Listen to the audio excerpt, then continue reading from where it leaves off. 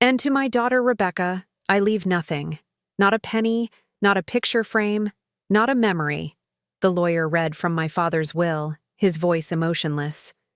She knows why. My sister Vanessa sat across the mahogany table, her expression carefully, neutral despite the inheritance of our family's entire estate worth millions. I maintained my composure while my mind raced with one thought. This betrayal will not define me. I can still replay that moment with perfect clarity. Before we jump back in, tell us where you're tuning in from, and if this story touches you, make sure you're subscribed. Because tomorrow, I've saved something extra special for you, the tastefully appointed conference room at Palmer and Whitley Law Offices. The gleaming table, where family legacies were divided or destroyed with the reading of a few carefully chosen words. What should have been a somber gathering to honor my father's memory had become my public humiliation. Attorney Palmer continued reading the document, each word another strike. The family home at Lakeview Heights, all financial accounts, the vacation property in Aspen, and full ownership of Hartford Pharmaceuticals shall pass to my daughter Vanessa, who has always understood the meaning of family loyalty. Vanessa dabbed at non-existent tears with a monogrammed handkerchief. Our father's longtime assistant Margaret stared at her lap, unable to meet my eyes. Cousin Drew shifted uncomfortably in his chair. The family lawyer himself seemed embarrassed by the vindictiveness being expressed through his measured tone. "Ms. Rebecca, would you care to sign the acknowledgement form?" Palmer asked, sliding a document across the polished surface. I reached for the pen with steady fingers, my law degree and years in corporate negotiations serving me well in this moment when I most needed to appear unaffected. The acknowledgement merely confirmed I'd been present for the reading. It didn't mean I accepted the outcome. "Of course," I replied, my voice surprisingly level. I signed my name with the same confident stroke I'd used on countless business deals, court filings, and the checks that had supported our father through his illness when Vanessa had been too busy to visit. 15 years of dedication to the family business. 15 years of expanding Hartford Pharmaceuticals from a struggling regional supplier into an international leader in medical research. 15 years of missed vacations, postponed relationships, and personal sacrifices, all while watching Vanessa drop in and out of university programs, fail at 3 different careers, and receive endless financial bailouts from our father. And this was my reward. "If there are no questions about the terms, that concludes our business today," Palmer announced, closing the leather portfolio that contained the document that had just stripped away my life's work. Vanessa rose first, smoothing her designer dress. "Rebecca, I hope you understand this was Dad's decision. I'm sure we can work something out regarding your situation." Her voice dripped with the same false concern she'd perfected over years of manipulating our father. "My situation is just fine," I replied, gathering my belongings. "Congratulations on your inheritance." I maintained perfect poise as I walked through the law firm's elegant lobby, nodded to the receptionist, and stepped into the elevator. Only when the doors closed did I allow myself a moment, just one, to close my eyes and take a deep breath. I hadn't cried when my father told me I was throwing my life away by going to law school instead of marrying the son of his golf partner. I hadn't cried when he criticized my decision to join Hartford Pharmaceuticals as counsel instead of a more suitable position. I hadn't cried during the countless board meetings where he'd dismissed my strategic initiatives only to present them as his own ideas months later. And I wouldn't cry now. The elevator doors opened to the parking garage, and I walked to my car with measured steps. Behind the wheel of my sensibly expensive sedan, purchased with my own earnings, not family money, I opened my briefcase and pulled out a folder I'd prepared weeks ago when my father's health had taken its final turn. Inside was a comprehensive analysis of Hartford Pharmaceuticals' ownership structure, potential legal challenges to the will, and 3 distinct strategy options I'd developed with my own attorney. I hadn't known exactly what my father would do, but I'd suspected it wouldn't be fair. He had never treated me and Vanessa equally, and terminal illness had only hardened his biases. My phone buzzed with a text from my best friend and fellow attorney, Naomi. "How did it go?" I didn't respond immediately. Instead, I started the car and drove toward the office building where I'd spent countless hours transforming Hartford Pharmaceuticals from a company that sold generic medications into an innovative research powerhouse, specializing in rare disease treatments. The sleek glass tower reflected the afternoon sunlight, a monument to what dedicated leadership could accomplish. I'd started in the legal department 15 years ago, working my way up to chief legal officer before transitioning to chief operating officer 5 years back. Every employee, from the researchers in the labs to the administrative staff, respected my judgment and commitment. And now it all belonged to Vanessa, who couldn't distinguish between an antibody and an antacid. I parked in my reserved space, soon to be hers, I supposed, and took a moment to compose myself. The shock was fading, replaced by something cooler and more focused. Grief for my father would come later. Right now, I needed clarity. My executive assistant Priya looked up in surprise as I entered. "Rebecca, I thought you'd take the day off after." Her voice trailed off. "The will reading?" I finished for her. "Life goes on, and we have the West Ridge clinical trial results coming in tomorrow." "Of course," she nodded, concern lingering in her eyes. "Dr. Kaplan called twice about the FDA meeting next week." "I'll return his call shortly," I said, heading into my office and closing the door behind me. The space reflected my approach to business, elegant but functional, with awards and degrees discreetly displayed alongside photographs of our research team celebrating key milestones. A scale model of our new manufacturing facility, designed to my specifications and set to open next month, occupied a prominent place on the credenza. I sat at my desk, opened my laptop, and reviewed the company's financial reports. Hartford Pharmaceuticals had been worth approximately $5 million when I joined, a legacy business my grandfather had built, and my father had nearly run into the ground with his outdated approach to pharmaceutical development. The first year had been about stopping the bleeding, cutting unprofitable product lines, settling 2 lawsuits I'd inherited, and modernizing our regulatory compliance systems. The second year focused on rebuilding relationships with hospitals and research institutions that had been alienated by my father's rigid negotiation tactics. By year 3, I'd identified our opportunity: rare disease treatments with orphan drug potential. A challenging market with complex regulatory hurdles, but enormous potential for both profit and genuine social impact. My father had resisted the pivot. "We make standard generics, Rebecca. We always have. It's reliable." But the numbers told a different story, and I'd eventually convinced the board, though never fully my father, that transformation was necessary. The transition had been grueling, hiring specialized researchers, navigating complex FDA protocols, securing patients' advocacy partnerships. I'd worked 100-hour weeks, sleeping on the office couch during critical phases of drug applications. And it had paid off spectacularly. Our first orphan drug approval had led to others.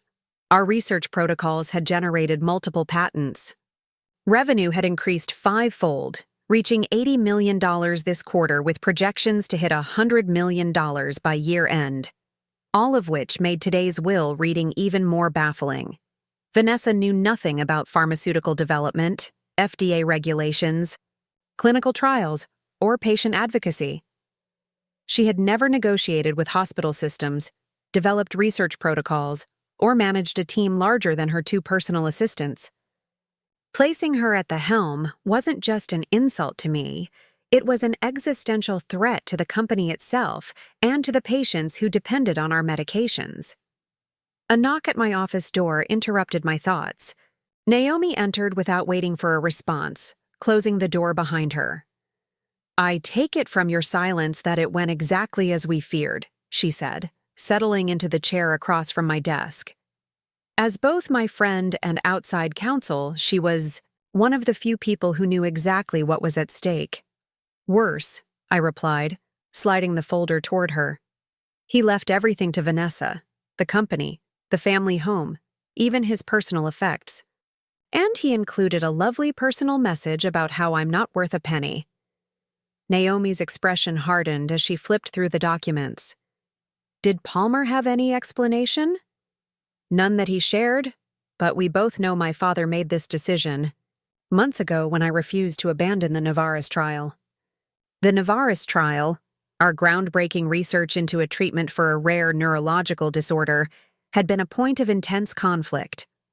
My father had wanted to sell the patent to a larger pharmaceutical company for a quick profit. I had insisted on completing the research ourselves, believing the treatment could transform lives while establishing Hartford as a leader in the field. Punishing you by giving the company to Vanessa is like punishing a garden by putting a bulldozer in charge, Naomi observed. Despite everything, I almost smiled at the analogy. The question is, she continued, what are you going to do about it? It was the question I'd been asking myself since I first realized my father might actually follow through on his threats to disinherit me. But now, sitting in the office where I'd built something meaningful despite his constant undermining, the answer crystallized with perfect clarity. I'm going to fight, I said. Not just for what should rightfully be mine, but for everything I've built here. The research that could help thousands. The teams that depend on knowledgeable leadership. The future of Hartford Pharmaceuticals. Naomi nodded, a slow smile spreading across her face. Good. Because I've been doing some digging, and I found something interesting about your grandfather's original company charter that your father may have conveniently forgotten. As she pulled out a document from her own briefcase, I felt the first glimmer of hope.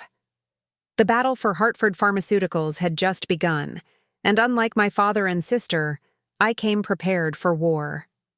The morning after the will reading, I arrived at Hartford Pharmaceuticals headquarters at precisely 6:15 a.m., the same time I'd arrived nearly every day for the past 15 years. The security guard, Pete, looked surprised to see me. Ms. Hartford didn't expect you in today. After yesterday's, well, you know. News traveled fast. The security team had probably known about my disinheritance before I did. The Westridge trial doesn't pause for family drama, Pete, I replied with a smile that took effort to maintain. Those patients are counting on us. The elevator ride to the executive floor gave me a moment of solitude to collect my thoughts. As the doors opened to the 32nd floor, I surveyed what I'd built. The sleek Research Coordination Center with glass-walled offices, allowing researchers and executives to collaborate seamlessly. The digital displays showing real-time updates. From our 4 clinical trials, the wall of framed patents that had transformed Hartford from a generic manufacturer into a pioneer in rare disease treatment, none of which would exist without me. Dr. Farah Lynn, our chief medical officer, was already at her desk despite the early hour. She looked up as I passed, concern evident in her expression. Rebecca, she said, rising to intercept me. I just heard about the will. Everyone's talking about it. Is it true? Dr. Lynn had been my second major hire after joining Hartford, recruited from Johns Hopkins with the promise of building something that would change patients' lives. She'd been skeptical initially. Hartford had a reputation for bland generics and risk aversion under my father's leadership. But I'd convinced her of my vision. If you're asking whether my father left everything to Vanessa, including full ownership and control of Hartford Pharmaceuticals, then yes, it's true, I replied, continuing toward my office with Dr. Lynn falling into step beside me. That's insane, she said, lowering her voice as we passed the finance department where early risers were already at their desks. Your sister has zero scientific background. She thinks a peptide is some kind of energy drink. Despite everything, I almost smiled at the accuracy of the assessment. Vanessa had once attended a company presentation where I'd discussed our peptide synthesis breakthrough and had later asked if we could put it in bottles with a cool label to sell at gyms. The situation is what it is, I said, reaching my office. Right now, my priority is ensuring our current projects remain on track. Dr. Lin followed me inside, closing the door. Rebecca, this isn't just about ownership. The Novartis trial is at a critical phase. The Westridge results come in today. The FDA inspection for the new facility is next week. None of that can succeed without your leadership. She was right. The timing couldn't have been worse. We were weeks away from potentially groundbreaking announcements on multiple fronts, all of which required careful navigation of scientific, regulatory, and business considerations. Tell me about the Westridge numbers, I said, setting my bag down and moving to my computer. The early indicators were promising. Dr. Lin recognized my deflection but respected it enough to shift gears. Better than promising. The preliminary data suggests a 67% reduction in symptom severity compared to standard treatments. If the final analysis confirms it, we're looking at a treatment that could transform lives for thousands of patients. This was exactly what I'd envisioned when I'd pushed Hartford toward rare disease research 5 years ago. While other pharmaceutical companies chased blockbuster drugs for common conditions, we focused on overlooked diseases with smaller patient populations but desperate need. The orphan drug designations provided regulatory advantages, and the pricing structures ensured profitability despite smaller markets. It had been a calculated risk that many, including my father, had considered foolhardy. Now, it stood poised to establish Hartford as an industry leader in a specialized but lucrative sector. Send me the raw data as soon as it comes in, I instructed, turning to my computer. I want to review it before the team meeting. As Dr. Lin left, my assistant Priya appeared with my usual morning coffee and a concerned expression. The board members have been calling all morning, she said, placing the coffee on my desk. They want to know what happens next. The board, 7 members, most of them my father's longtime friends and business associates, people who had watched me grow up, who had seen me transform Hartford Pharmaceuticals, and who now faced the prospect of Vanessa taking control. Tell them I'll address their concerns at Thursday's scheduled meeting, I replied. There was no point in having the same conversation 7 separate times. Also, Priya added hesitantly, your sister called. She said to inform you she'll be coming in tomorrow to look around her company. The possessive phrasing was so typically Vanessa, already claiming ownership of something she hadn't built and didn't understand. Schedule her for 10 a.m., I said after a moment's consideration, and book the main conference room. The main one? Not your office? This will be an official transition discussion, not a private conversation, I explained, and ask the department heads to prepare one-page summaries of their current projects. As Priya left to make the arrangements, I turned to my computer and pulled up the company dashboard I'd designed to track our key metrics in real time. The numbers told the story of Hartford's transformation under my leadership. Annual revenue had grown from $18 million to $82 million. Research staff had expanded from 7 to 78 scientists across 3 specialized labs. Our patent portfolio had increased from 2 active patents to 23, with 11 more pending. Our stock price, though we remained privately held, had an estimated value 5 times higher than when I'd joined. Patient reach had grown from supplying generic medications to 420 hospitals, to providing specialized treatments to patients in 37 countries. And perhaps most importantly, our treatments now directly improved the lives of thousands of patients with rare conditions who previously had few or no options. All of this had been accomplished while maintaining ethical pricing models that ensured accessibility, another of my initiatives that my father had initially resisted, but that had ultimately enhanced our reputation and secured preferred relationships with major hospital systems.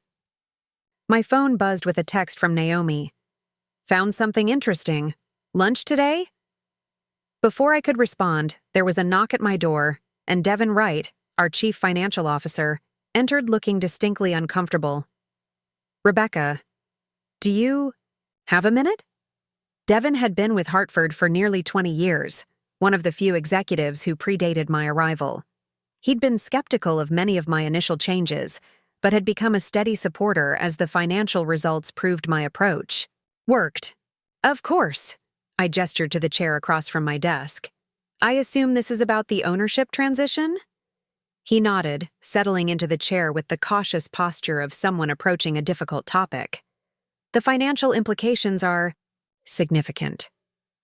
Your father's decision creates several immediate concerns, such as, for starters, the Hudson Memorial Hospital contract has a key person clause that specifically names you. If you're no longer in leadership, they can terminate the relationship with 30 days' notice. The Hudson contract represented approximately 8% of our current revenue. Not catastrophic if lost, but certainly significant. What else? I asked, making notes. The venture funding for the new research facility is contingent on the management team remaining stable. The VCs were explicit that their confidence is in your leadership. This was a more serious issue. The new facility was central to our expansion plans, particularly for the scaled production of the Novaris treatment if the clinical trials continued their promising trajectory. And most immediately, Devin continued, we have the investor call next week to discuss the quarterly results. They'll expect answers about the leadership transition. I nodded, understanding the gravity of the situation. Hartford wasn't just a family legacy or a personal achievement. It was an ecosystem of employees, patients, healthcare providers, and investors, all of whom had come to rely on steady, knowledgeable leadership. I'll handle the investor call, I assured him. As for the other issues, I'm exploring options. Devin seemed to choose his next words carefully. Rebecca, I've worked with your father for 20 years and with you for 15. I respected Howard, but... He hesitated, then committed to his thought. What he's done makes no business sense. Vanessa has no experience in pharmaceuticals, no background in corporate leadership, and no relationships with our key stakeholders. Are you concerned about your position? I asked directly. He shook his head. I'm concerned about the company, about the research that could help thousands of patients, about the 215 families that depend on Hartford paychecks. His sincerity was evident and touching. It reminded me that this fight wasn't just about my rightful place. It was about protecting what we'd all built together. I appreciate that, Devin. More than you know. After he left, I turned to the window overlooking the city. The Hartford Pharmaceuticals building, another of my initiatives replacing the outdated facilities my father had refused to update, stood as a physical manifestation of the company's transformation. The modern research labs, the collaborative spaces, the environmental sustainability features, all designed to reflect our evolution from a traditional manufacturer to an innovative life sciences company. My phone buzzed again, this time with an email notification from Dr. Lin. The Westridge trial final data had arrived early. I opened the report immediately, scanning the detailed results with the practiced eye of someone who had learned to understand. Clinical data out of necessity. The numbers confirmed Dr. Lin's preliminary assessment. Our treatment showed a 67. 3% reduction in symptom severity compared to the control group, with a safety profile that exceeded expectations.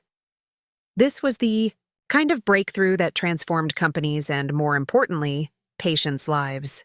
The kind of achievement that validated every 18-hour day, every missed holiday, every relationship sacrificed on the altar of building something meaningful. And now, just as Hartford stood on the precipice of its greatest achievement, my father had handed control to someone who couldn't distinguish between a clinical trial and a jury trial. My intercom buzzed. Dr. Lin and the research team are gathering in Conference Room B to review the Westridge data, Priya announced. They've requested your presence. Tell them I'll be right there, I replied, gathering my tablet and notes. As I walked through the executive floor toward the conference room, I passed the wall of company milestones I'd commissioned when we'd moved into the new building. Each framed photograph captured a key moment in Hartford's transformation. The first Rare Disease Advisory Board meeting, the ribbon cutting for our specialized research lab, the celebration when our first orphan drug received FDA approval. I appeared in most of the images, not centered as an executive might typically position themselves, but alongside the researchers, clinicians, and even patient advocates who had been essential to our success. That had been deliberate. I'd always viewed my role as enabling the brilliant minds we'd assembled rather than claiming their achievements as my own. Would Vanessa understand that nuance of leadership? Would she recognize that Hartford's success stemmed from the carefully cultivated culture of innovation and patient-centered decision-making? I doubted it. My sister's approach to management in her brief forays into professional life had always been characterized by taking credit and deflecting blame. The conference room was already filled with excited researchers when I arrived. Dr. Lynn stood at the head of the table, the clinical data projected on the large screen behind her. The room fell silent as I entered. News of yesterday's will reading had clearly reached everyone. "Please continue," I said, taking a seat at the side of the table rather than my usual position at the head. "This is your moment to celebrate." Dr. Lynn nodded gratefully and resumed her presentation, walking the team through the remarkable results.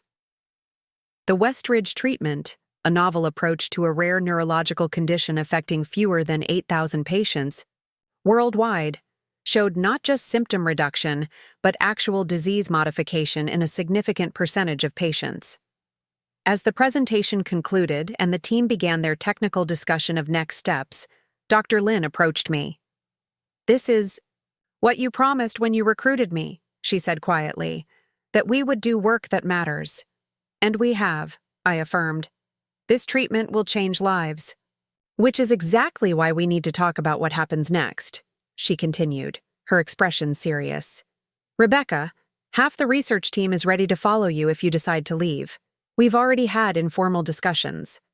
The loyalty was both touching and concerning. While it gave me potential leverage, a mass exodus would damage Hartford and potentially delay getting the Westridge treatment to patients who desperately needed it. "I appreciate the vote of confidence," I said carefully. "But let's not get ahead of ourselves.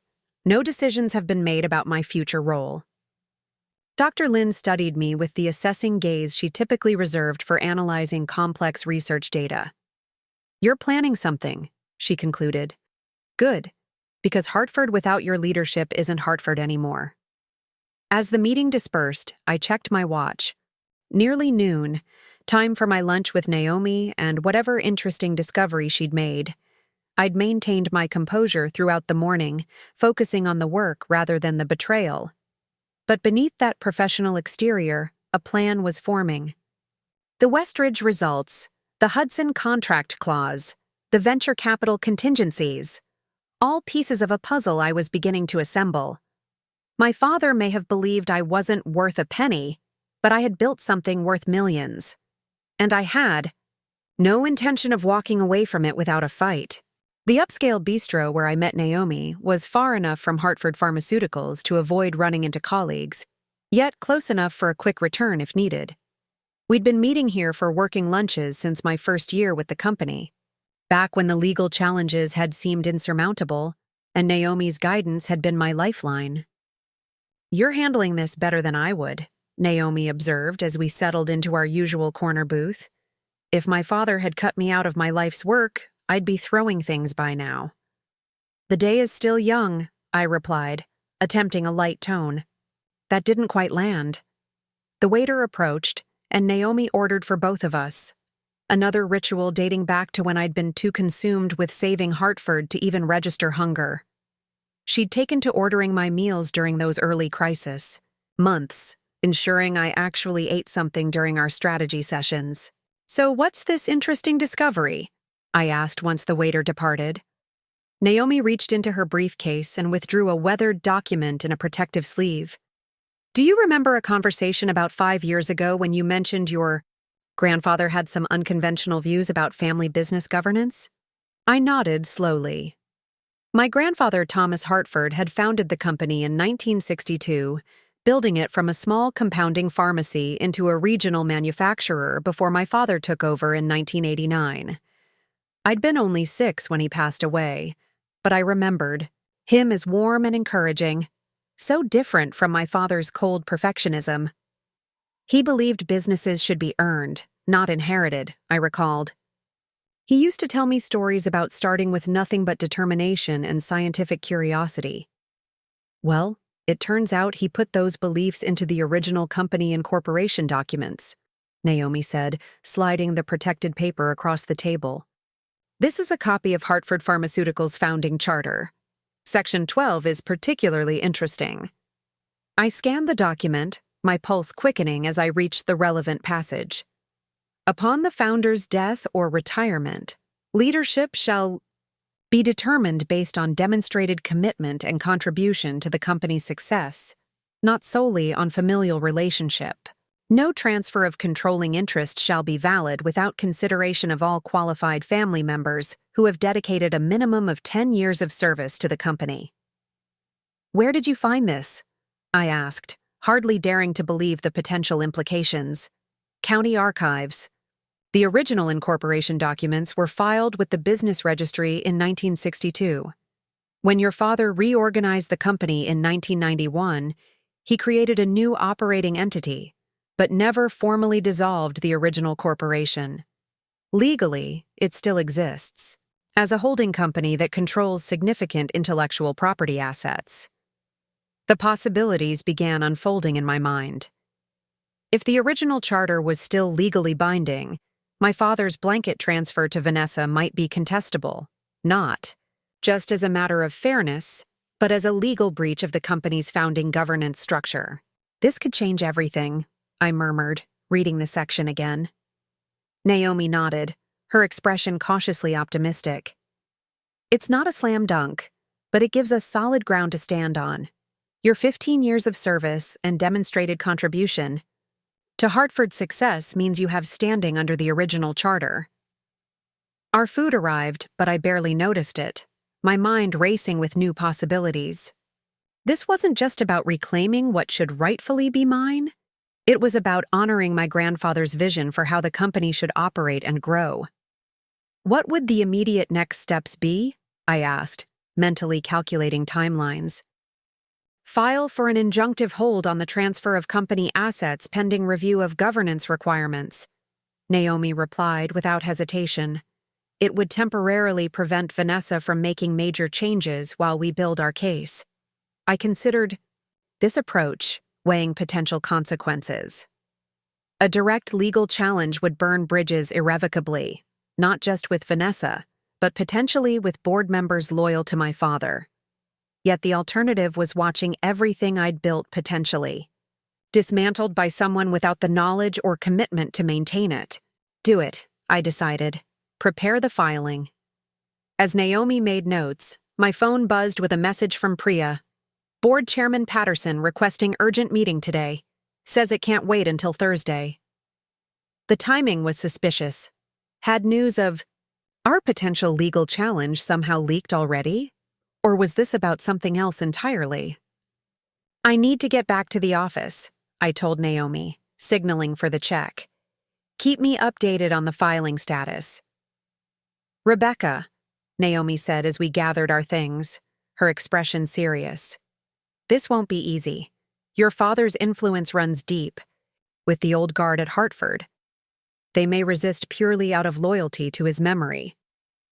I know, I acknowledged.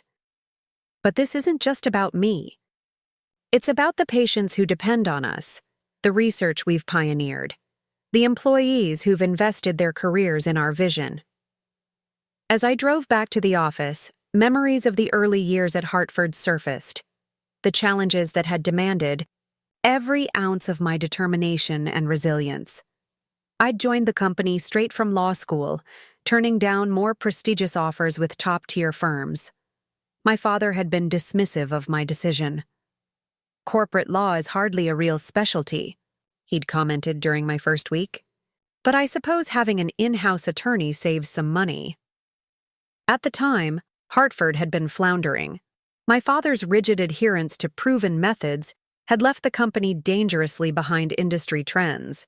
3 key patents were expiring, with nothing in the pipeline to replace them. An FDA warning letter about manufacturing practices had been ignored for months. 2 promising researchers had recently departed for more innovative companies. I'd started by addressing the FDA compliance issues, spending nights and weekends drafting new standard operating procedures and quality control measures. My father had viewed it as unnecessary paperwork, until the day FDA inspectors arrived for a surprise follow-up visit and left satisfied rather than with more citations. Next came the patent crisis. I'd immersed myself in the company's research archive, discovering several abandoned projects with potential. Working directly with the remaining scientists, I'd identified 3 compounds worth revisiting with modern techniques. My father had reluctantly approved a modest research budget, less than I'd requested but enough to restart the investigations. 18 months later, one of those compounds formed the basis for a new patent application. My father had taken full credit during the board presentation, describing it as a project he'd wisely kept on the back burner until the time was right. The pattern continued for years. I would identify problems, develop solutions, implement changes, often working directly with researchers, production staff, and sales teams to understand their challenges firsthand. And my father would either claim credit for successes or blame me for any setbacks. The breaking point came 7 years into my tenure when I discovered Hartford was on the verge of financial collapse. My father had been hiding the severity of our situation, even from the board. Cash reserves were nearly depleted, a major contract was being terminated, and a competitor was quietly approaching our key researchers with job offers. I'd spent 3 sleepless days analyzing every aspect of the business, then presented my father with 2 options: implement my comprehensive turnaround plan or prepare for bankruptcy. He'd raged at my presumption, but ultimately relented when I threatened to take my findings to the board. The turnaround plan had been brutal: consolidating facilities, restructuring debt, refocusing our entire research approach toward rare diseases where we could establish leadership, rather than competing with industry giants in crowded therapeutic areas. I'd worked 100-hour weeks, sleeping on my office couch during critical phases. Personal relationships had been the first casualty. My engagement to Benjamin, a talented architect I'd met during my final year of law school, had ended after I'd missed our anniversary dinner for the 3rd consecutive year, this time because of an emergency recall issue that required immediate attention. "I can't compete with Hartford, Rebecca," he'd said gently as he returned the ring. And I shouldn't have to. He'd been right, of course. I'd chosen the company repeatedly, postponing vacations, canceling personal commitments, rescheduling family events. At the time, it had seemed necessary. Hartford had been so fragile, requiring constant attention to survive, let alone thrive. My health had suffered next. Exhaustion-induced migraines had become regular occurrences. My doctor had warned about stress levels and sleep deprivation. I'd nodded politely while checking emails under the exam table. Even as Hartford began to stabilize and then grow under the new strategy, I'd maintained the punishing schedule. There was always another challenge on the horizon: regulatory hurdles for our new focus areas, recruiting specialized researchers, convincing skeptical investors that our pivot to rare diseases made business sense. Through it all, my father had remained critical, questioning every decision, second-guessing every strategy. The rare moments of approval came only when quarterly profits exceeded projections, and even then, the praise was tepid at best. "The numbers look fine this quarter," he'd acknowledge before immediately pivoting to whatever aspect of the business wasn't performing to his standards. The irony was that I hadn't done it for his approval. Somewhere along the way, Hartford had become more than a family obligation or career path. It had become my purpose. The letters from patients whose lives had been transformed by our treatments, the pride on researchers' faces when breakthroughs occurred, the security we provided to hundreds of employees and their families, these had become my motivation, which made my father's final betrayal all the more incomprehensible. He had witnessed the transformation firsthand. He had seen Hartford grow from a struggling generic manufacturer to an innovative leader in rare disease treatments. He had benefited, personally, from the increased valuation and enhanced reputation. Yet in his final act, he had dismissed 15 years of dedication and achievement, handing the company to someone who had contributed nothing to its success. As I pulled into my reserved parking space at Hartford headquarters, I pushed these painful reflections aside. The past couldn't be changed. What mattered now was securing the future, not just for me, but for everything and everyone Hartford Pharmaceuticals had come to represent. Board Chairman Patterson was waiting in my office when I arrived, his expression grave. At 72, Harold Patterson had been my father's closest friend and business confidant for decades. He'd served on the Hartford board since before I was born, and had witnessed every phase of the company's evolution. "Rebecca," he said, rising as I entered, "thank you for making time. I apologize for the urgency, but circumstances require immediate discussion." "Of course, Harold. What's happening?" He gestured for me to take a seat in my own office, a subtle power move that didn't escape my notice. "I've just come from a meeting with your sister," he began, his tone carefully measured. "She's informed me of her intention to make significant changes to Hartford's strategic direction, effective immediately." My stomach tightened. What kind of changes? "She wants to sell the rare disease portfolio to Meridian Pharmaceuticals and refocus Hartford on consumer health products, vitamins, supplements, cosmeceuticals." It was worse than I'd imagined. Meridian had been trying to acquire our rare disease research for years, offering amounts that significantly undervalued the portfolio's potential. And consumer health was notoriously competitive with thin margins and minimal barriers to entry. "That would essentially dismantle everything we've built," I said, struggling to keep my voice steady. "Our value is in our rare disease expertise and pipeline."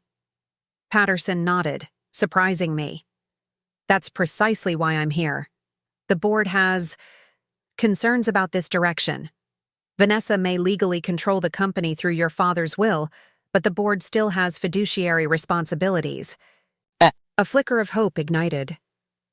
"What are you suggesting?"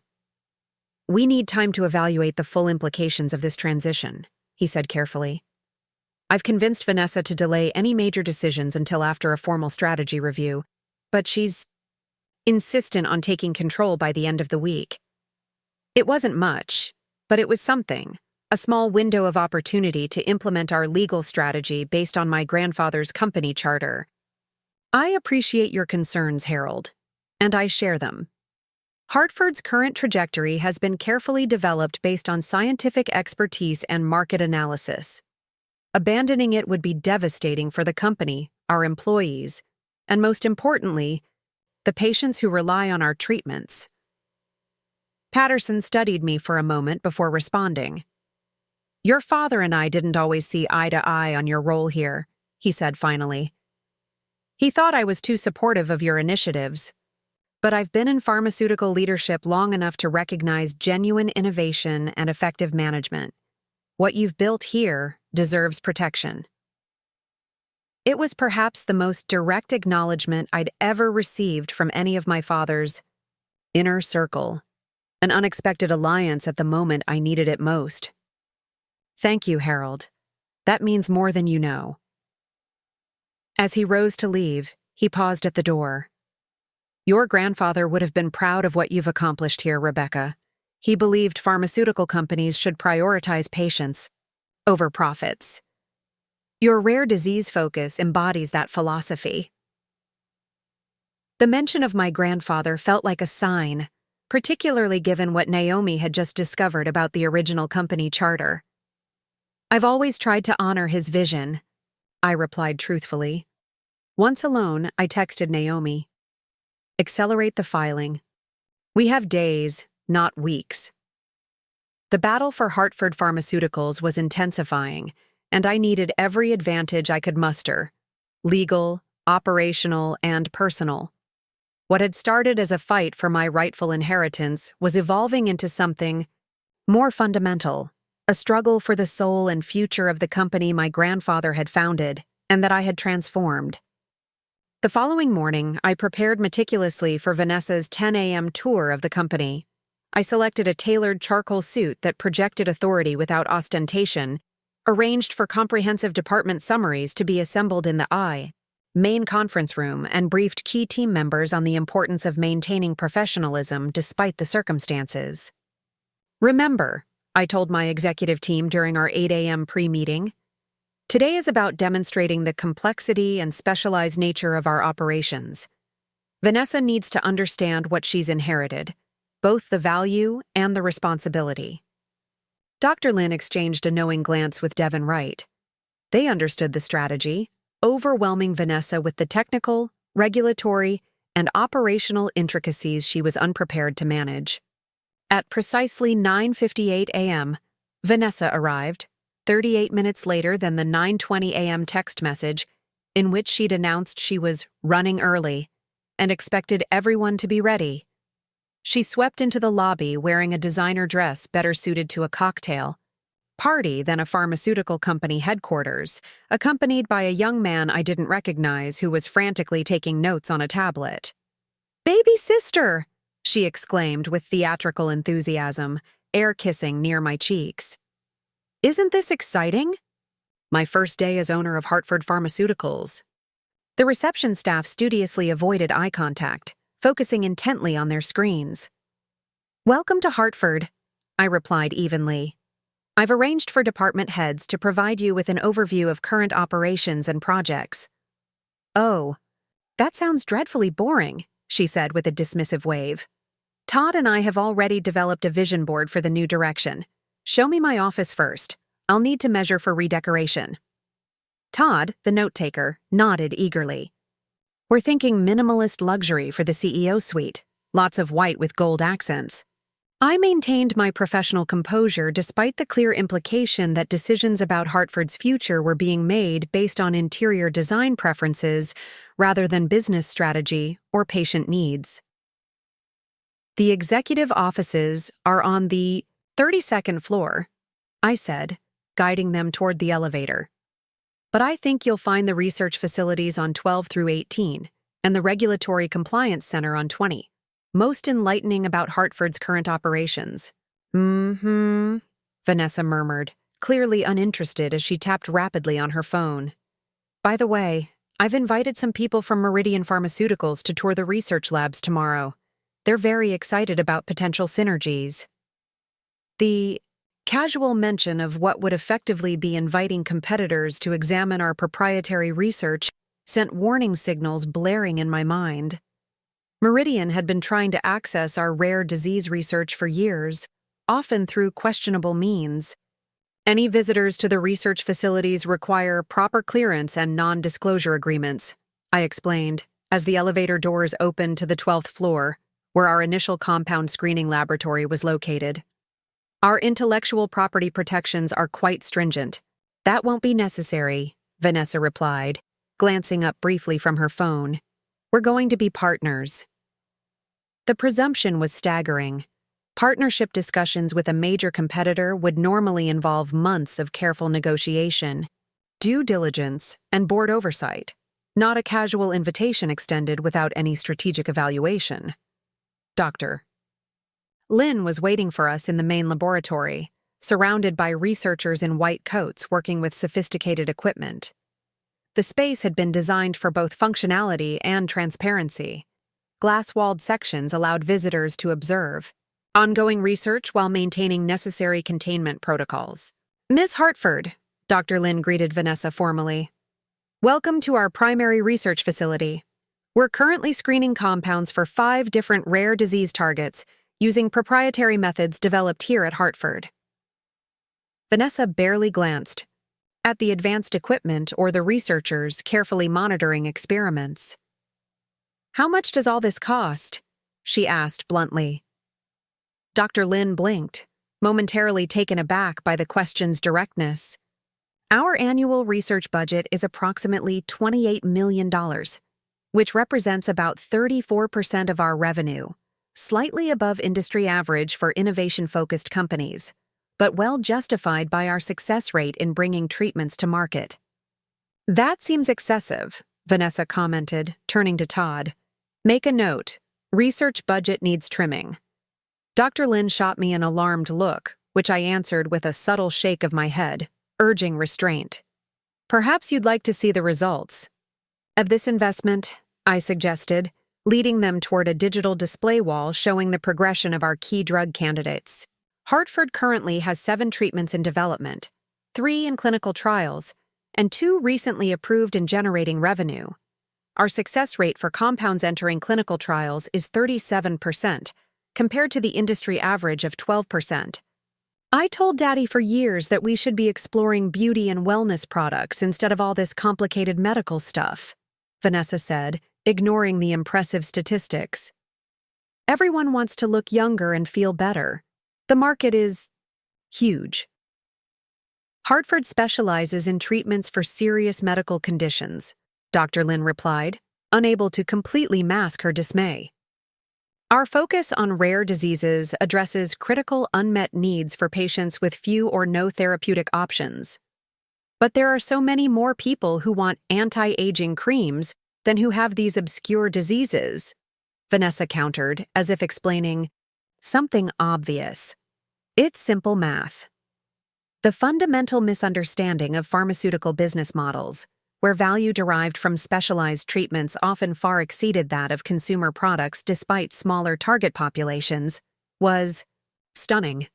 We continued the tour, moving through increasingly specialized research areas. At each stop, the pattern repeated. Expert staff would present sophisticated work addressing complex medical challenges, and Vanessa would respond with superficial observations or irrelevant comparisons to consumer products. In the pharmacokinetics lab, where scientists modeled how drugs moved through and interacted with the body, Vanessa interrupted a detailed explanation to ask, "Couldn't we use this to test cosmetics too? My friend Tiffany says clean beauty is huge right now."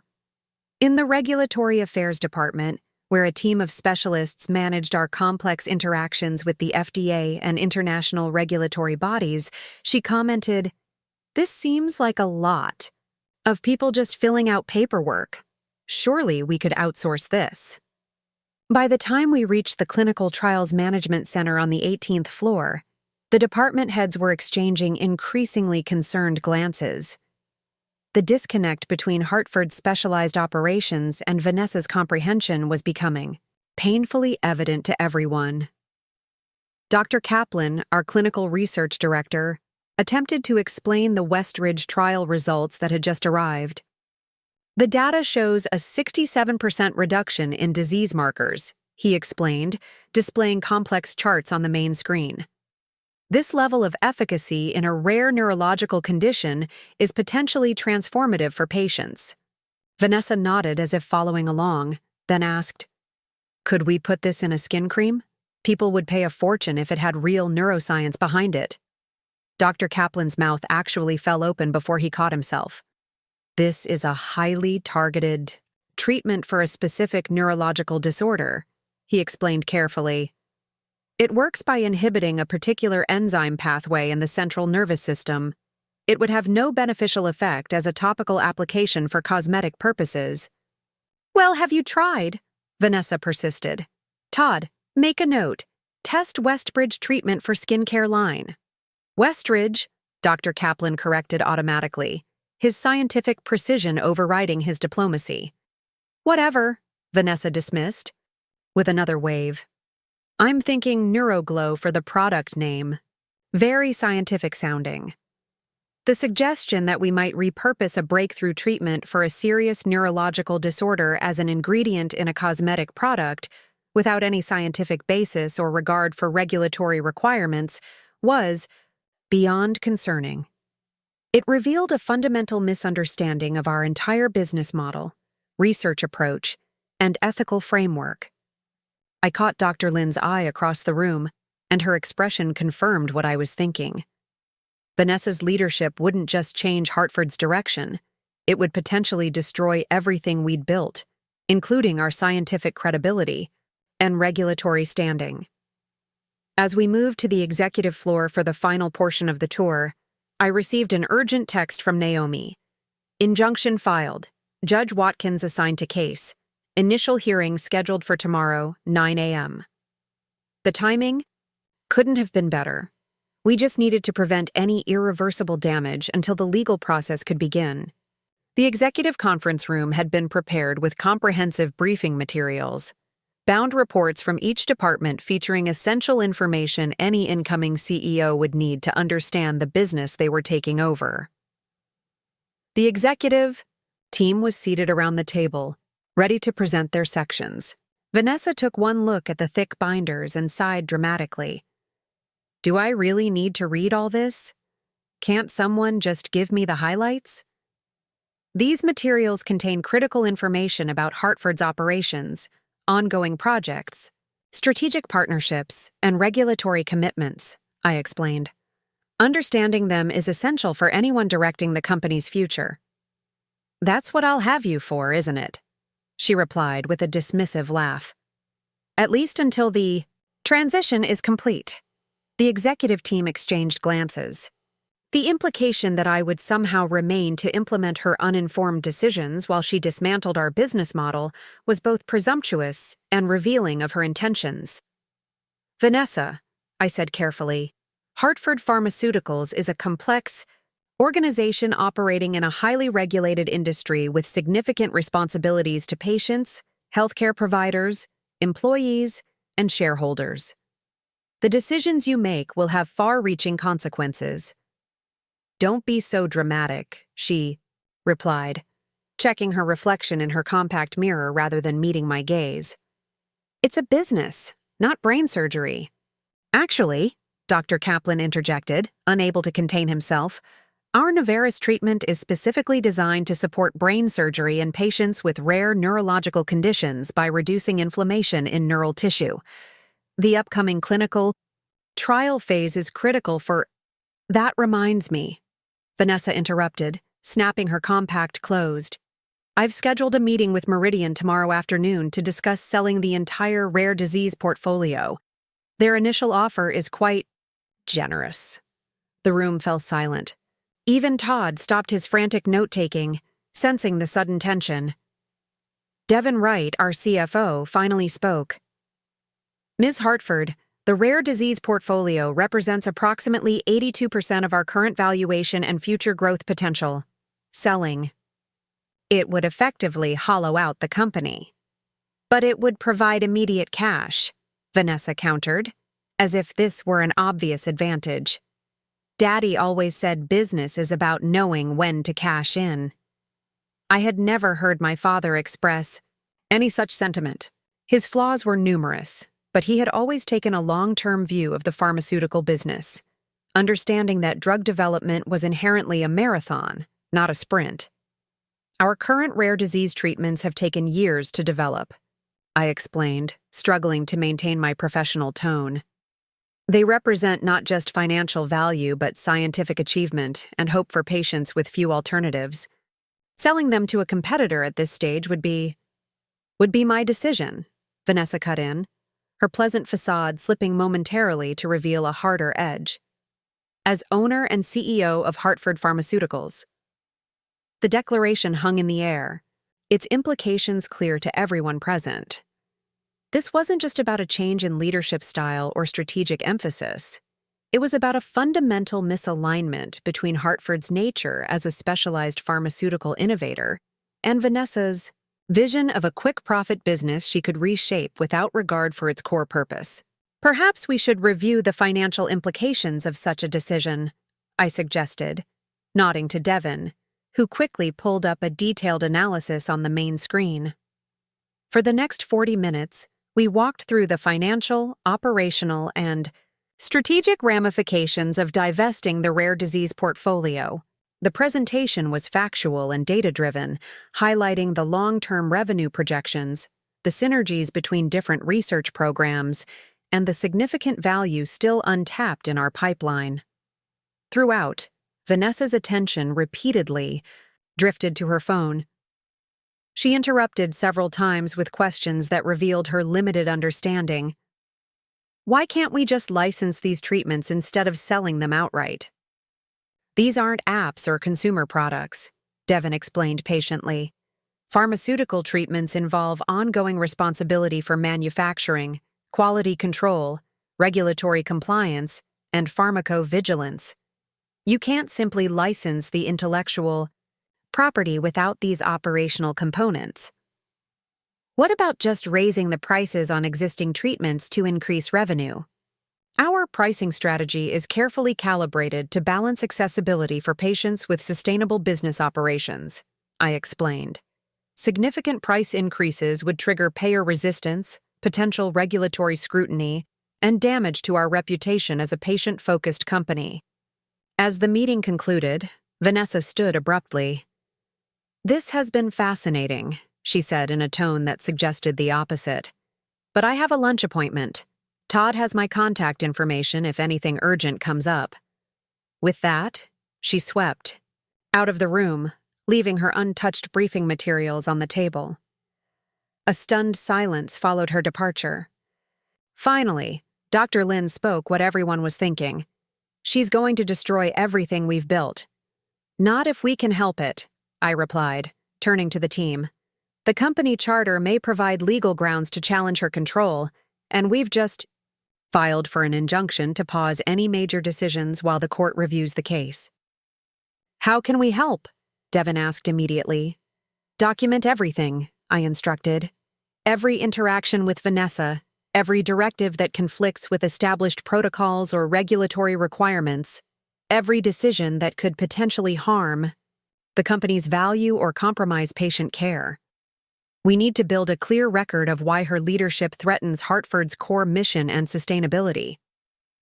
As the team dispersed, each with clear instructions for handling the developing crisis, I remained in the conference room, reviewing my notes from the tour.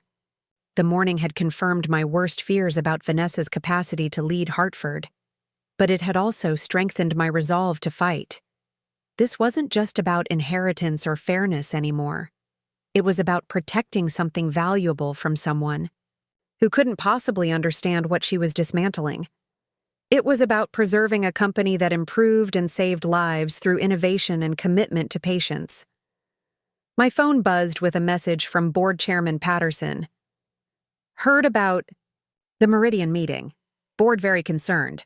Need to talk." Another ally was emerging, perhaps not out of personal loyalty to me, but out of recognition that Vanessa's leadership threatened the company's fundamental value and mission. I gathered the briefing materials Vanessa had ignored and headed back to my office. The hearing tomorrow morning represented our first chance to legally challenge her control. We needed to be thoroughly prepared. As I walked through the executive floor, I passed staff members who looked to me with worried expressions. News of Vanessa's visit and her casual discussion of selling our core assets had clearly spread rapidly. "Is it true?" My assistant Priya asked as I reached my office. "Is she really selling the rare disease portfolio to Meridian?"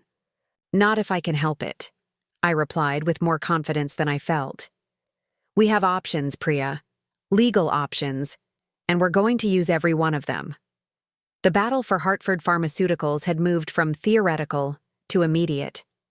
Vanessa's visit had made it abundantly clear. She wasn't just an undeserving inheritor. She was an existential threat to everything the company stood for. After Vanessa's illuminating visit, I cleared my afternoon schedule and retreated to the small strategy room adjacent to my office. This windowless space with its whiteboard walls had witnessed the development of Hartford's most critical initiatives over the years. It was where I'd mapped out the rare disease pivot, planned the research facility expansion, and developed the global regulatory strategy that had enabled our international growth. Today, it would serve a different purpose, mapping out the battle for Hartford's future. I began by writing our timeline on the left wall. Tomorrow, 9 a.m., Injunction hearing with Judge Watkins. Tomorrow, 2 p.m., Vanessa's scheduled meeting with Meridian Pharmaceuticals. Friday, Vanessa's self-declared deadline for taking control. Next Tuesday, board meeting. Next Thursday, quarterly investor call. The compressed time frame added urgency to an already complex situation. We had less than 24 hours before the first legal confrontation, and only days before Vanessa might attempt to finalize a devastating deal with Meridian.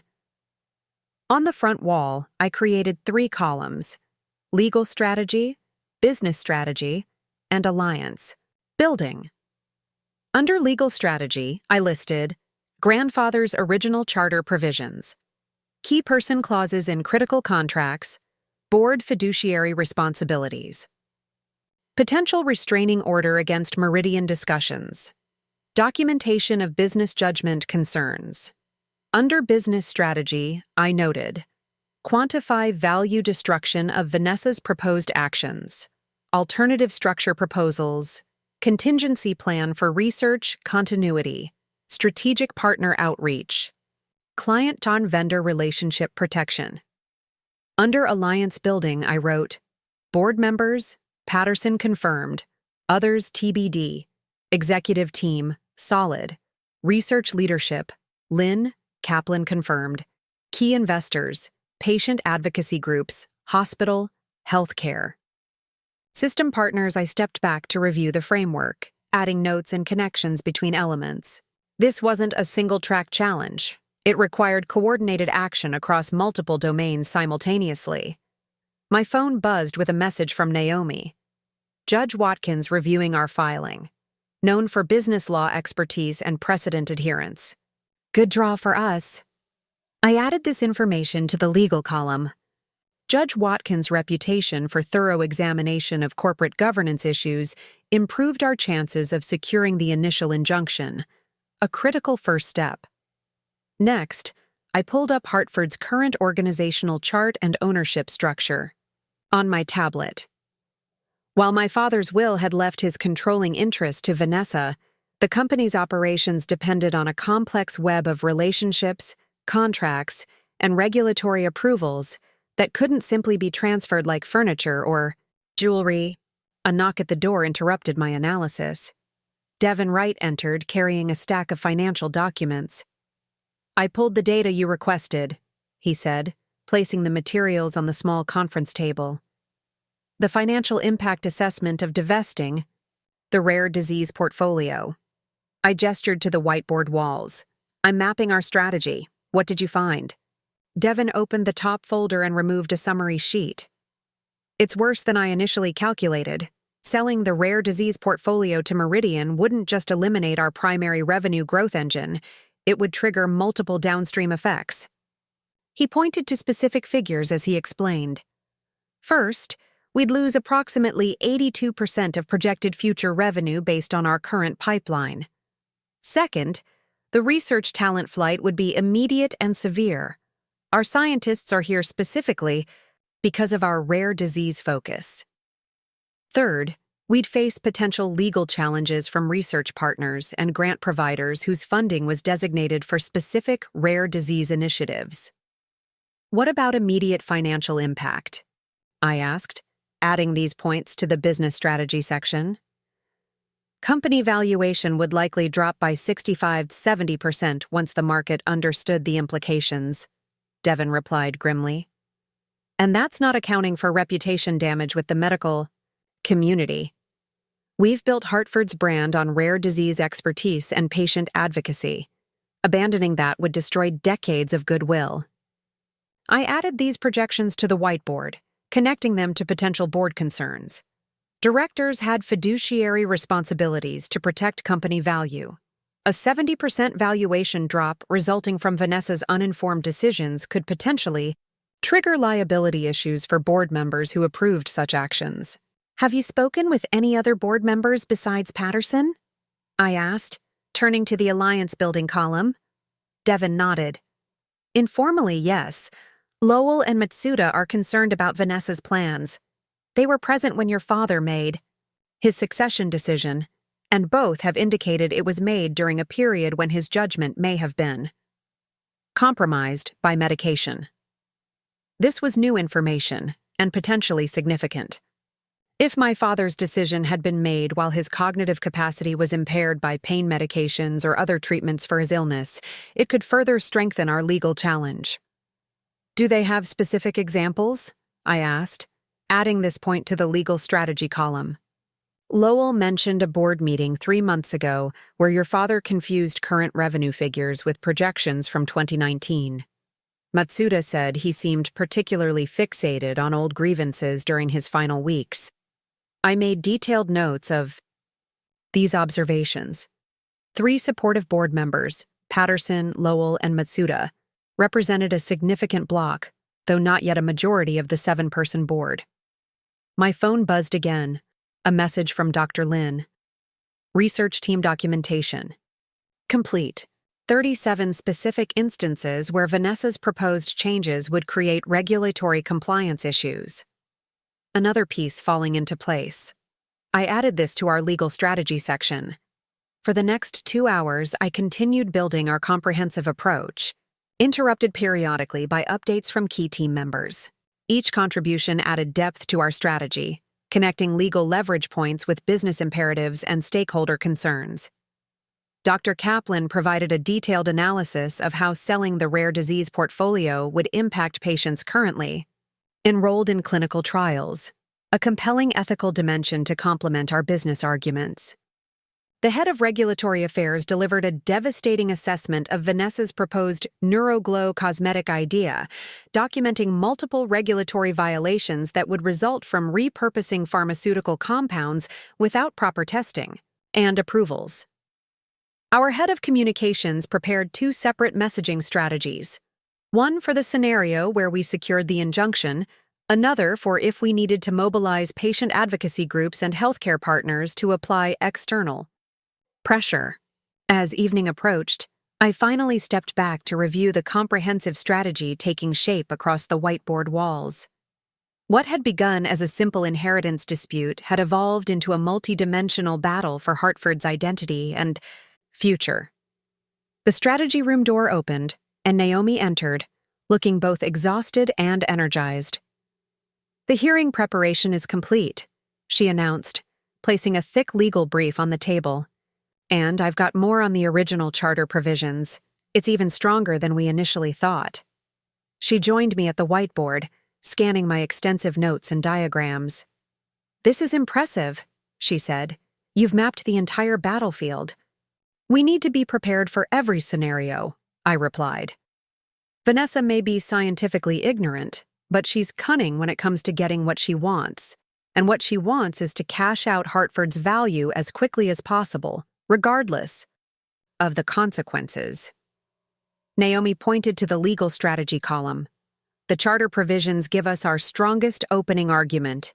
Your grandfather explicitly required leadership transitions to consider qualified family members with significant company service. The language is surprisingly modern for a document from 1962. My grandfather was progressive in many ways, I noted. He built the company during an era when most pharmaceutical businesses were focused solely on profitable mass-market medications. He specifically chose to develop treatments for conditions other companies ignored. That founding mission aligns perfectly with your rare disease focus, Naomi observed. Another point in our favor, you've stewarded the company in a way that honors its original purpose, while Vanessa's plans represent a fundamental departure. I added this perspective to our arguments. The alignment between my leadership and my grandfather's founding principles strengthened our case that his charter provisions should be upheld. "What's your assessment of our chances tomorrow?" I asked, turning to the immediate challenge of the injunction hearing. Naomi considered the question carefully. "Judge Watkins has a reputation for thoroughness. He won't make a snap judgment based on sympathy or first impressions. But the legal foundations of our case are sound. I'd say we have a 70% chance of securing the temporary injunction.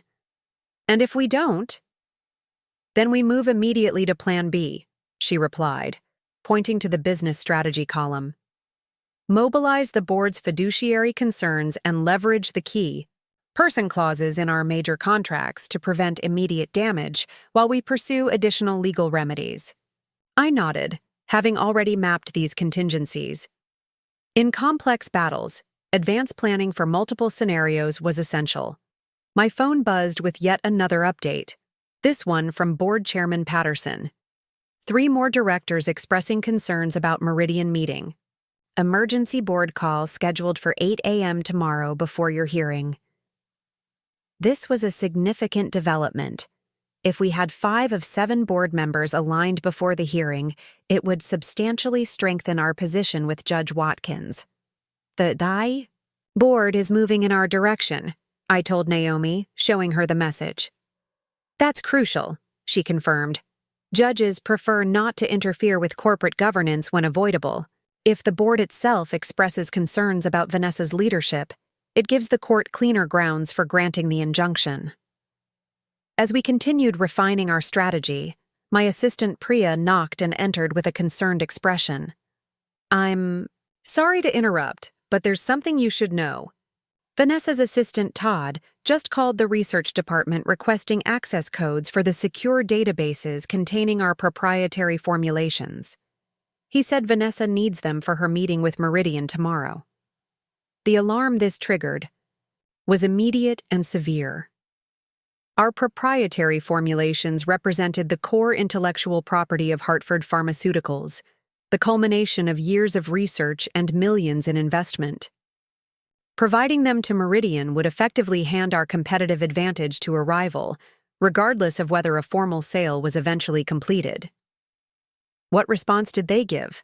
I asked, already moving to the communication section of our strategy. They said any access requests needed to come through proper channels with appropriate documentation, Priya replied. Todd seemed frustrated but said he'd get back to them. Alert IT security immediately, I instructed. All research database access should require additional verification until further notice, and document this request thoroughly. It's exactly the kind of action that demonstrates the threat to company assets. As Priya left to implement these measures, Naomi was already adding notes to our legal brief. This is textbook improper handling of intellectual property, she said. Attempting to share proprietary formulations with a competitor before any due diligence process or confidentiality agreements are in place, it strengthens our case significantly. I turned back to the strategy boards, adding this new development and drawing connections to multiple elements of our approach. What had begun as a personal battle for my rightful place was rapidly evolving into a race to prevent irreparable harm to Hartford Pharmaceuticals. We need to prepare for the possibility that Vanessa might take more aggressive actions overnight, I said, considering worst-case scenarios. She clearly intended to bring our proprietary information to Meridian tomorrow. I'll prepare an emergency filing for tonight if needed, Naomi agreed. If we can document attempts to transfer intellectual property inappropriately, we might be able to get an emergency restraining order before the morning hearing. For another hour, we continued refining our strategy, adjusting priorities based on new information, and strengthening connections between different elements. By the time we finished, the whiteboard walls told the story of a comprehensive battle, plan addressing legal, business, and alliance dimensions of the conflict. Get some rest, I told Naomi as we finally prepared to leave. Tomorrow will be intense.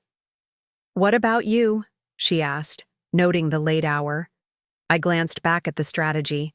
Room, at the walls covered with our plans to save Hartford Pharmaceuticals. I need to make one more stop before I leave. After Naomi departed, I took the private elevator to the 16th floor, home to our most advanced research lab and the heart of our rare disease program. At this hour, only the essential overnight research staff remained, monitoring long-running experiments that couldn't be interrupted. Dr. Wong, one of our senior researchers, looked up in surprise as I entered the main laboratory. Ms. Hartford, I didn't expect to see you here this late. Just needed to remind myself what we're fighting for, I replied. moving to the observation window that overlooked the main research floor. Below, sophisticated equipment hummed quietly as automated systems continued the painstaking work of testing compound variations. On the wall, a large monitor displayed real-time data from patient samples being analyzed for biomarkers, each representing a person suffering from conditions most pharmaceutical companies considered too rare to address. This was Hartford's true legacy, not just a business to be bought and sold, but a mission to improve lives that would otherwise be neglected by mainstream medicine. It was what my grandfather had intended when he founded the company, what I had recommitted to when I transformed our focus, and what Vanessa was prepared to discard for a quick profit. My phone buzzed with a final message for the night, from Patterson. All directors now on board with challenging Vanessa's Meridian meeting. Unanimous support for protecting rare disease portfolio pending full review. A full board alliance, the final piece we needed before tomorrow's hearing. I allowed myself a moment of cautious optimism. The battle for Hartford Pharmaceuticals would be fought on multiple fronts, legal, business, and ethical. But with thorough preparation and strategic alignment of our arguments, we had created the strongest possible position. As I left the building that night, I glanced back at the illuminated Hartford Pharmaceuticals sign above the entrance. Whatever happened in court tomorrow, I was prepared to fight with every resource and strategy available. Not just for my inheritance, but for the company's soul and the patients who depended on our commitment to diseases others ignored. Some battles were about pride or possession. This one was about purpose. The morning of the injunction hearing, I woke before dawn in my downtown apartment. Sleep had been fitful at best, my mind continuously cycling through arguments, counter-arguments, and contingency plans. As I prepared for the day, selecting a conservative navy suit that projected both authority and restraint, my phone rang with an unexpected name on the screen. Aunt Vivian. My father's sister had always been something of a family outlier. Unlike my status-conscious father, Vivian, had pursued a career in academic research, eventually becoming a respected biochemist at Northwestern University. She had maintained a careful distance from family business matters, particularly after a falling out with my father years ago over what she'd called his profit-first perspective on healthcare. "Rebecca," she said when I answered, her voice warm despite the early hour. "I hope I'm not calling too early. I just heard about Howard's will yesterday, and I wanted to reach out before your hearing this morning." "You know about the hearing?" I asked, surprised. "We hadn't publicized the legal challenge. Patterson called me," she explained. "He thought I should know what's happening with the company my father built." The reference to my grandfather sent a flutter of hope through me. Aunt Vivian had been close to him, working in his original laboratory during college summers before pursuing her own scientific career. "I'm glad he reached out," I said, setting aside my makeup to focus on the call. "Things are complicated right now." "That's putting it mildly," she replied with a short laugh. "Rebecca, I'm calling because there are things you should know about your grandfather's intentions for Hartford. Things that might be relevant to your case today." I switched the phone to speaker and reached for a notepad. "I'm listening." "Thomas Hartford founded that company with a specific philosophy," Vivian began. "He believed pharmaceutical companies had an ethical obligation to address medical needs regardless of market size.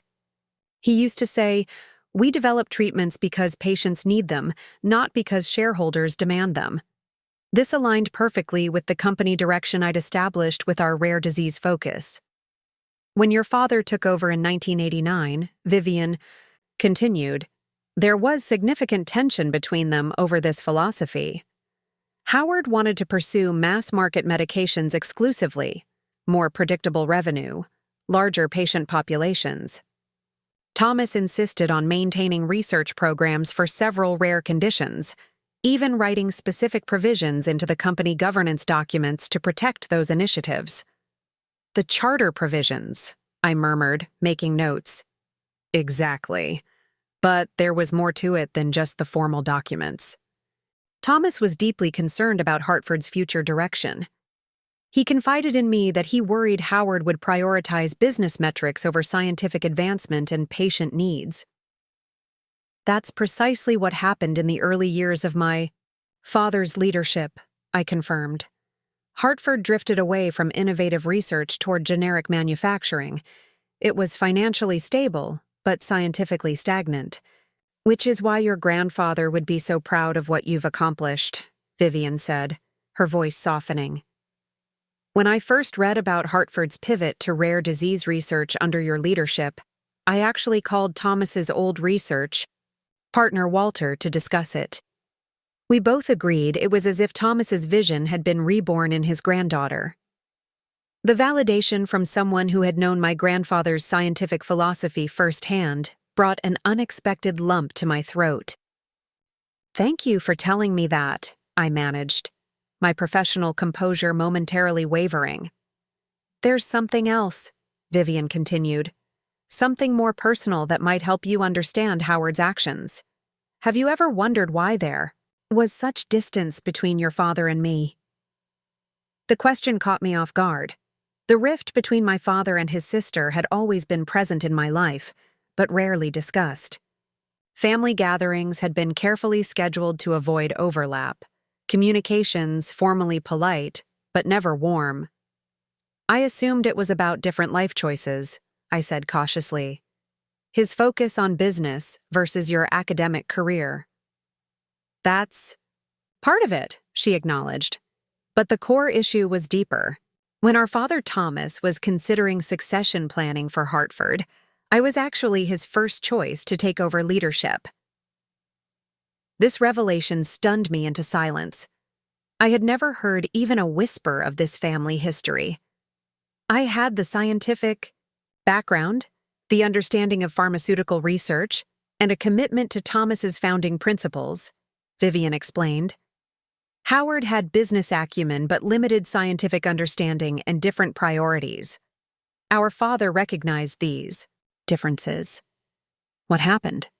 I asked, trying to imagine how different Hartford might have been under Vivian's leadership. I declined, she said simply. I was deeply involved in my own research at Northwestern, close to breakthroughs I couldn't abandon. So leadership passed to Howard instead, with my father's reluctant blessing and significant governance provisions intended to maintain the company's original mission. I noted the parallel to my own situation. Qualified female leadership passed over, though, in Vivian's case by choice rather than exclusion. Howard never forgave me for being our father's first choice, Vivian continued. He viewed it as an insult to his capabilities, a suggestion that his business focus was somehow less valuable than my scientific orientation. That perceived slight colored his entire approach to running Hartford, and I suspect it influenced his view of you as well. The pieces suddenly aligned with disturbing clarity. My father's consistent undermining of my initiatives, his reluctance to acknowledge my contributions, his final act of disinheritance, all potentially stemming from an unresolved wound to his pride decades earlier. You think he saw me as a reminder of that original succession plan?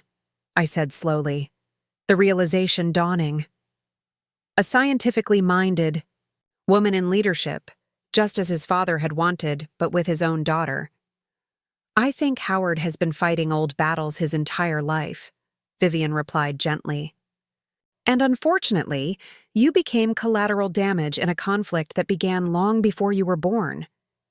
As I processed this revelation, Vivian continued, I'm telling you this not to speak ill of my brother, but to help you understand that his decision may have had very little to do with your actual capabilities or contributions to Hartford.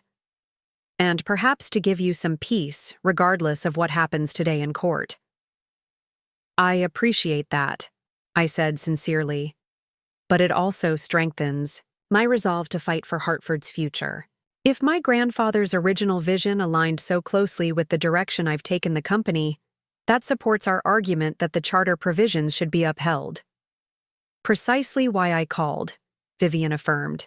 And Rebecca, I'd be willing to provide a declaration regarding these matters if your attorney believes it would be helpful.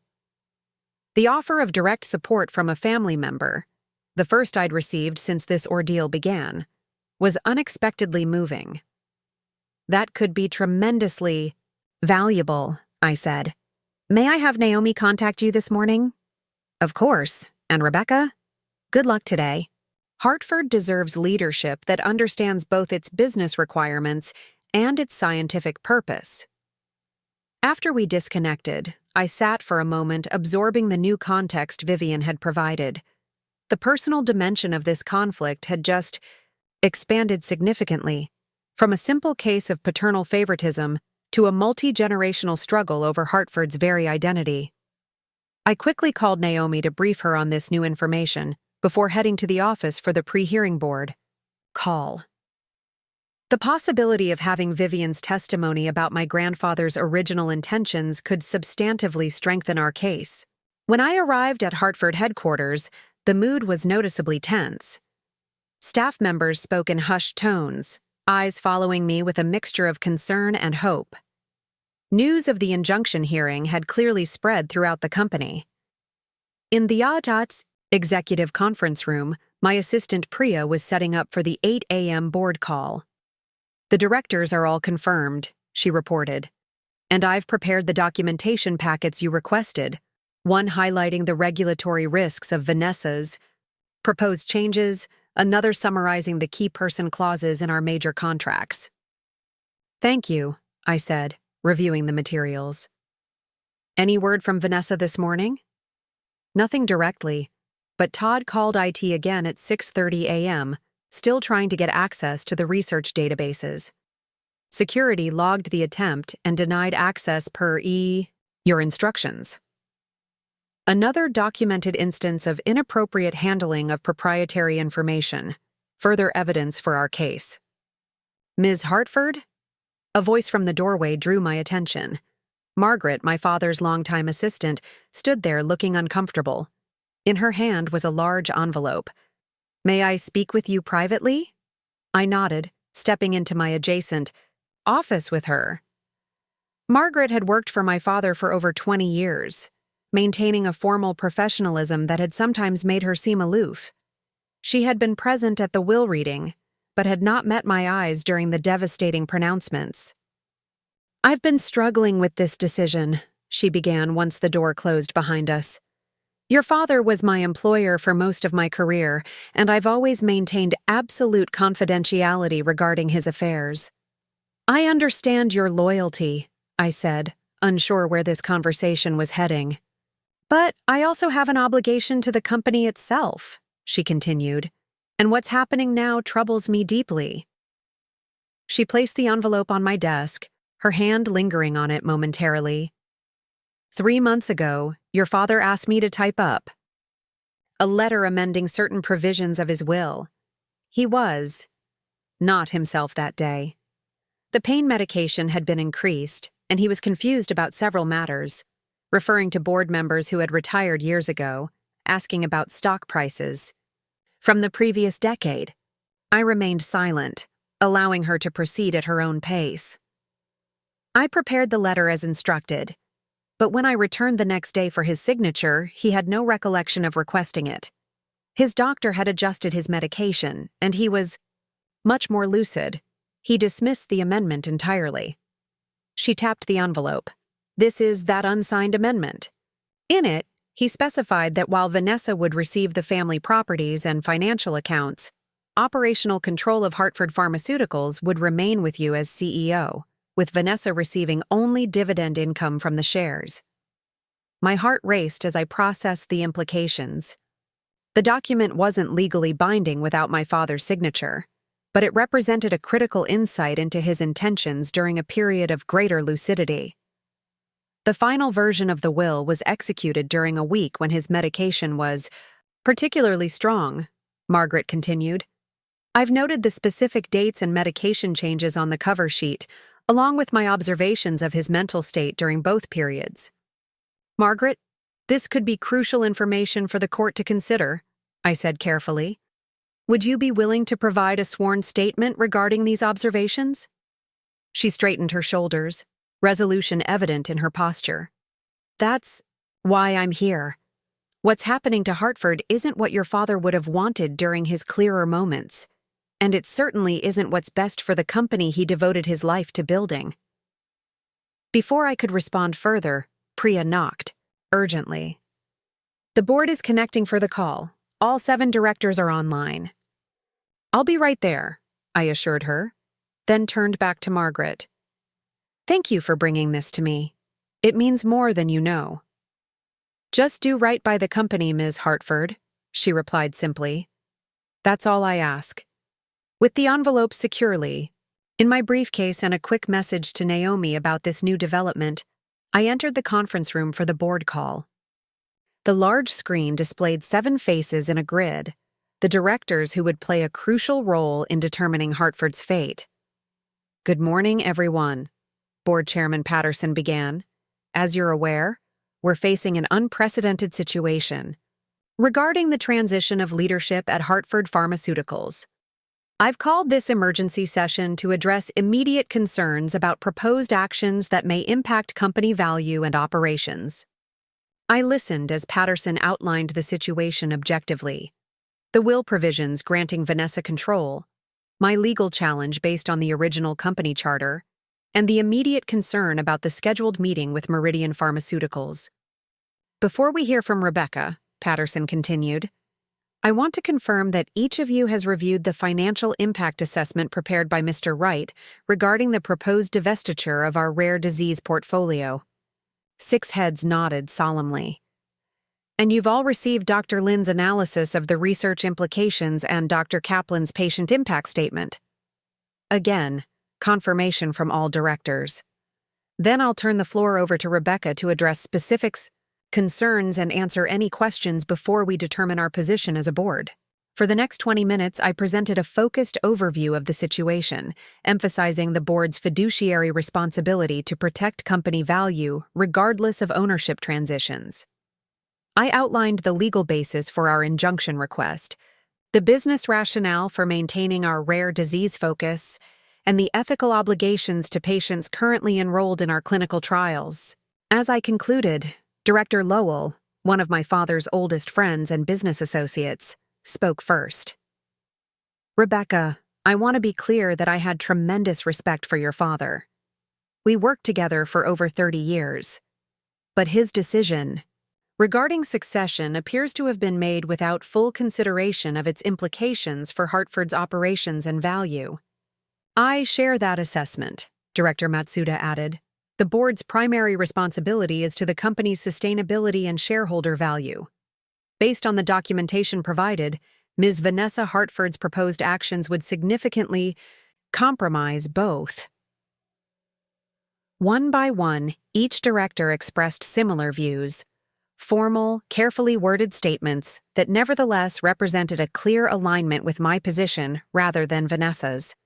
By the time the discussion concluded, the board had unanimously approved a resolution expressing concern about the proposed Meridian meeting and supporting a temporary pause on major structural or strategic changes pending full review. It was the strongest possible statement of support heading into the injunction hearing. As the call ended, Patterson remained online for a final private word. Rebecca, I've known your family for 40 years, he said, his usually formal demeanor softening slightly. I was there when your grandfather handed leadership to Howard, and I've watched you transform Hartford over the past 15 years. Whatever happens in court today, I want you to know that your contributions to this company are recognized and valued by those of us who understand what you've built. The validation from someone who had witnessed the full arc of Hartford's history, from my grandfather's founding vision through my father's stewardship and into my own leadership, provided a moment of personal satisfaction amid the professional crisis. Thank you, Harold, I replied simply. That means a great deal. As the screen went dark, I checked the time. 1 hour until the hearing. I gathered my materials, including Margaret's envelope with its potentially game-changing evidence, of my father's fluctuating intentions. This battle for Hartford Pharmaceuticals had evolved dramatically in just a few days. What had begun as a shocking disinheritance had revealed layers of family history, corporate governance, and ethical considerations that transcended simple questions of ownership or control. Whatever the outcome in court, the relationships within, the Hartford family and company had been irrevocably altered. Old wounds had been exposed, new alliances formed, and buried truths brought to light. As I prepared to leave for the courthouse, my phone buzzed with a text from an unexpected source, my mother, who had maintained careful neutrality since my father's death and the subsequent will reading. "I know you're in court today. Whatever happens, remember that your worth isn't determined by your father's last words or legal documents. I'm proud of what you've built at Hartford. Fight for what matters." The simple message brought unexpected tears to my eyes. In all our family's complicated dynamics, my mother's perspective had often been overlooked, the quiet witness to decades of tension between my father's commercial focus and my own scientific orientation. Her support, coming at this critical moment, completed a circle of validation. From my team who recognized my professional value, from Aunt Vivian who connected me to my grandfather's original vision, from the board who acknowledged my business, judgment, and now from my mother who affirmed my personal worth independent of corporate battles. Strengthened by this network of support, I headed for the courthouse. The fight for Hartford Pharmaceuticals wasn't just about inheritance or control. It was about honoring connections across generations, from my grandfather's founding principles through my own leadership to the patients whose lives depended on our continued commitment to treating conditions others ignored. Some battles were fought in courtrooms with legal arguments, but their true significance lay in the relationships and values that gave them meaning. The Westlake County Courthouse stood as a monument to judicial gravitas, all limestone columns, and imposing steps designed to make visitors feel the weight of legal proceedings before they even entered the building. As I climbed those steps with Naomi beside me, briefcases in hand, the media presence caught me by surprise. "Ms. Hartford, is it true you're suing your sister over your father's pharmaceutical company?" "Rebecca, do you dispute your father's right to leave his company to your sister?" "Ms. Hartford, how do you respond to rumors that this challenge is motivated by sibling rivalry rather than business concerns?" Naomi placed a guiding hand on my elbow, steering me through the throng. Without responding, we had anticipated some media interest. Disputes involving family-owned businesses worth hundreds of millions occasionally drew attention, but the number of reporters suggested someone had deliberately alerted the press. "Vanessa," I murmured to Naomi as we passed through security. "She's trying to frame this as a petty family squabble." "Let them say what they want," Naomi replied calmly.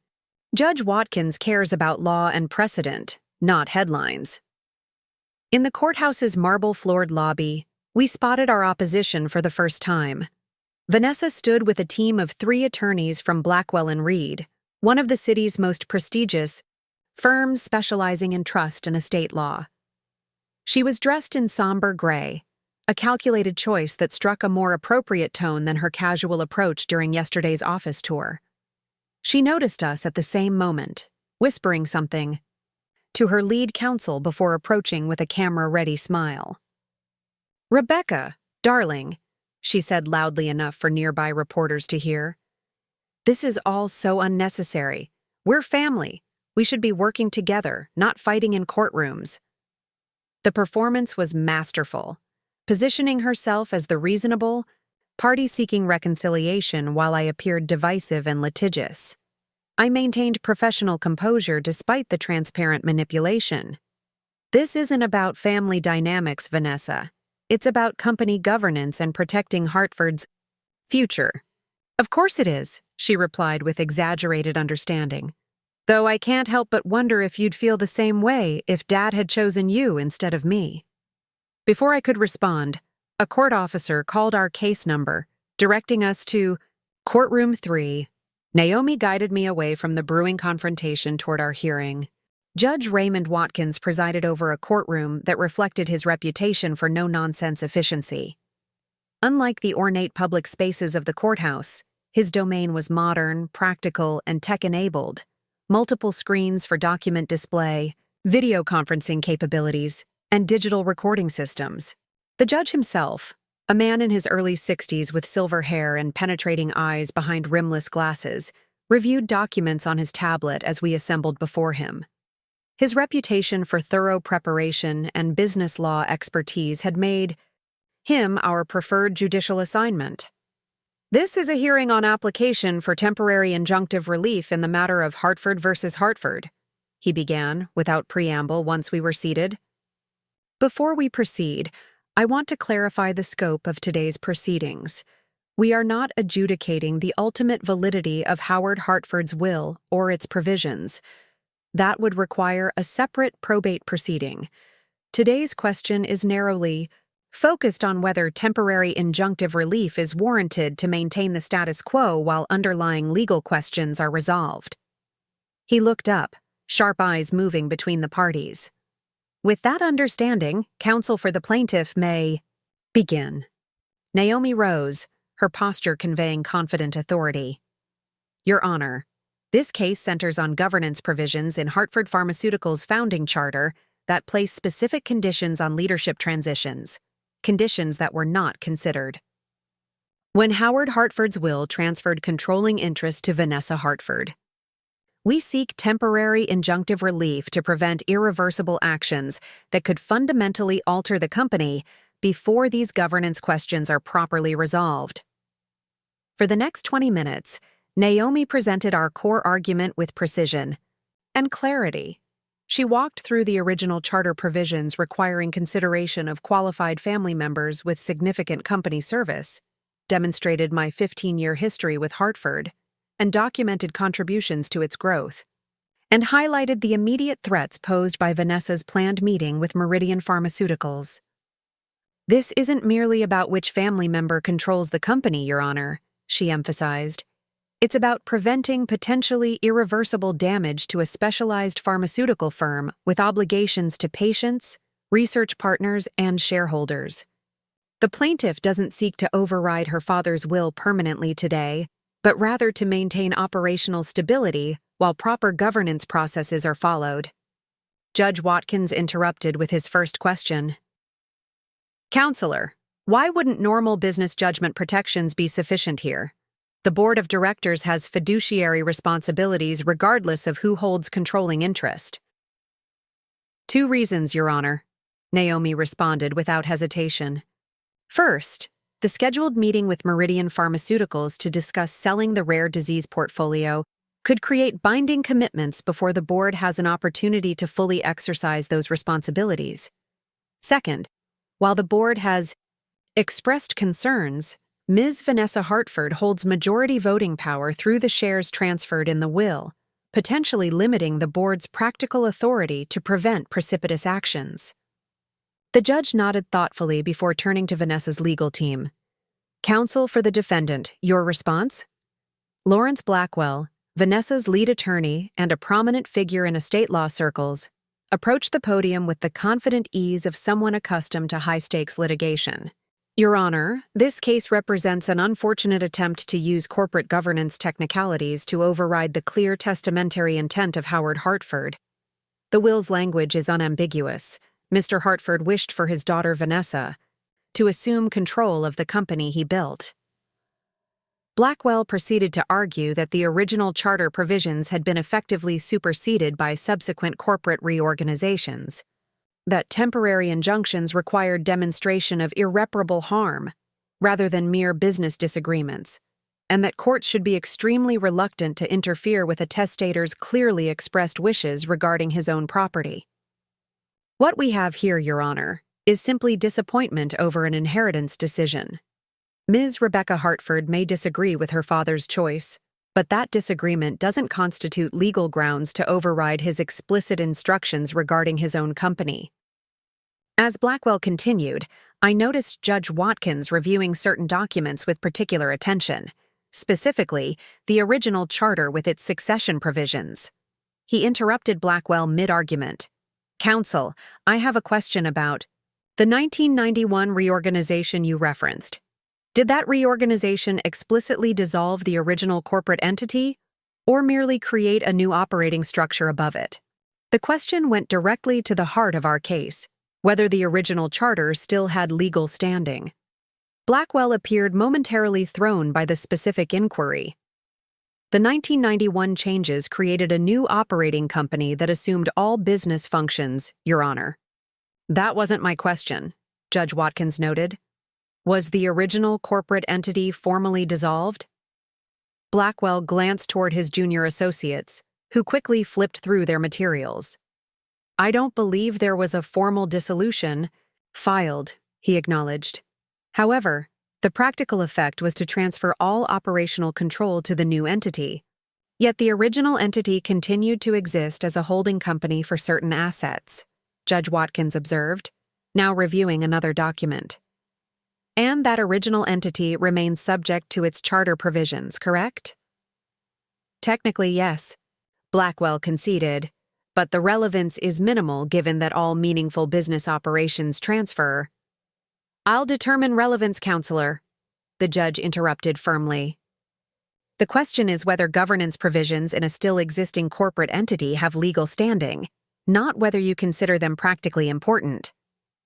The exchange revealed Judge Watkins had honed in on precisely the leverage point we had identified: the continued legal existence of the original corporate entity with its charter provisions intact.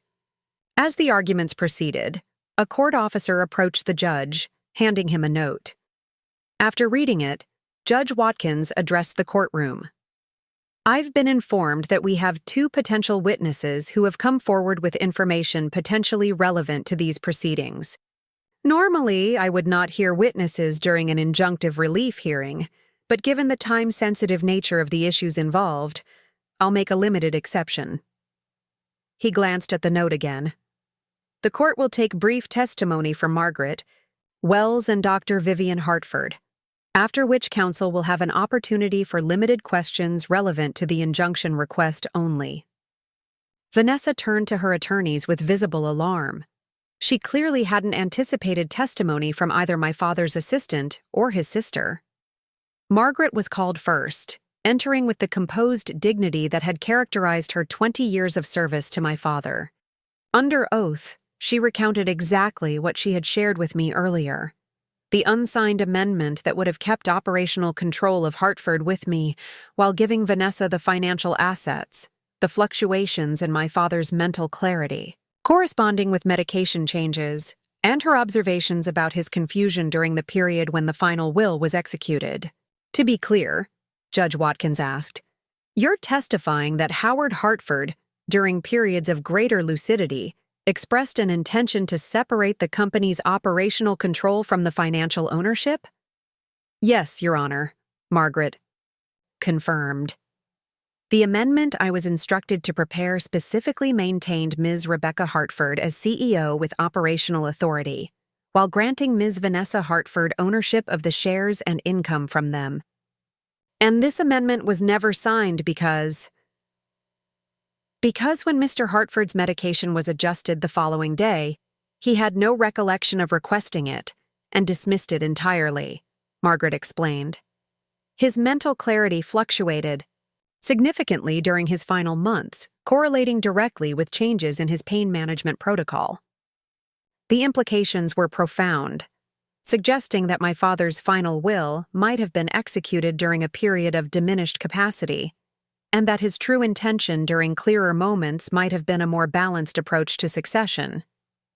Aunt Vivian testified next, providing historical context about my grandfather's original vision for Hartford Pharmaceuticals and the succession tensions between my father and herself decades earlier. She explained how the charter provisions requiring consideration of qualified family members had been specifically designed to ensure scientific and patient-focused leadership rather than purely financial management. "My nephew Howard struggled with the scientific aspects of pharmaceutical development throughout his career," Vivian explained with familial gentleness.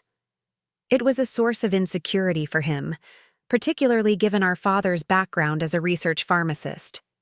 The charter provisions were Thomas Hartford's attempt to ensure that future leadership would maintain the scientific integrity he considered essential to the company's purpose.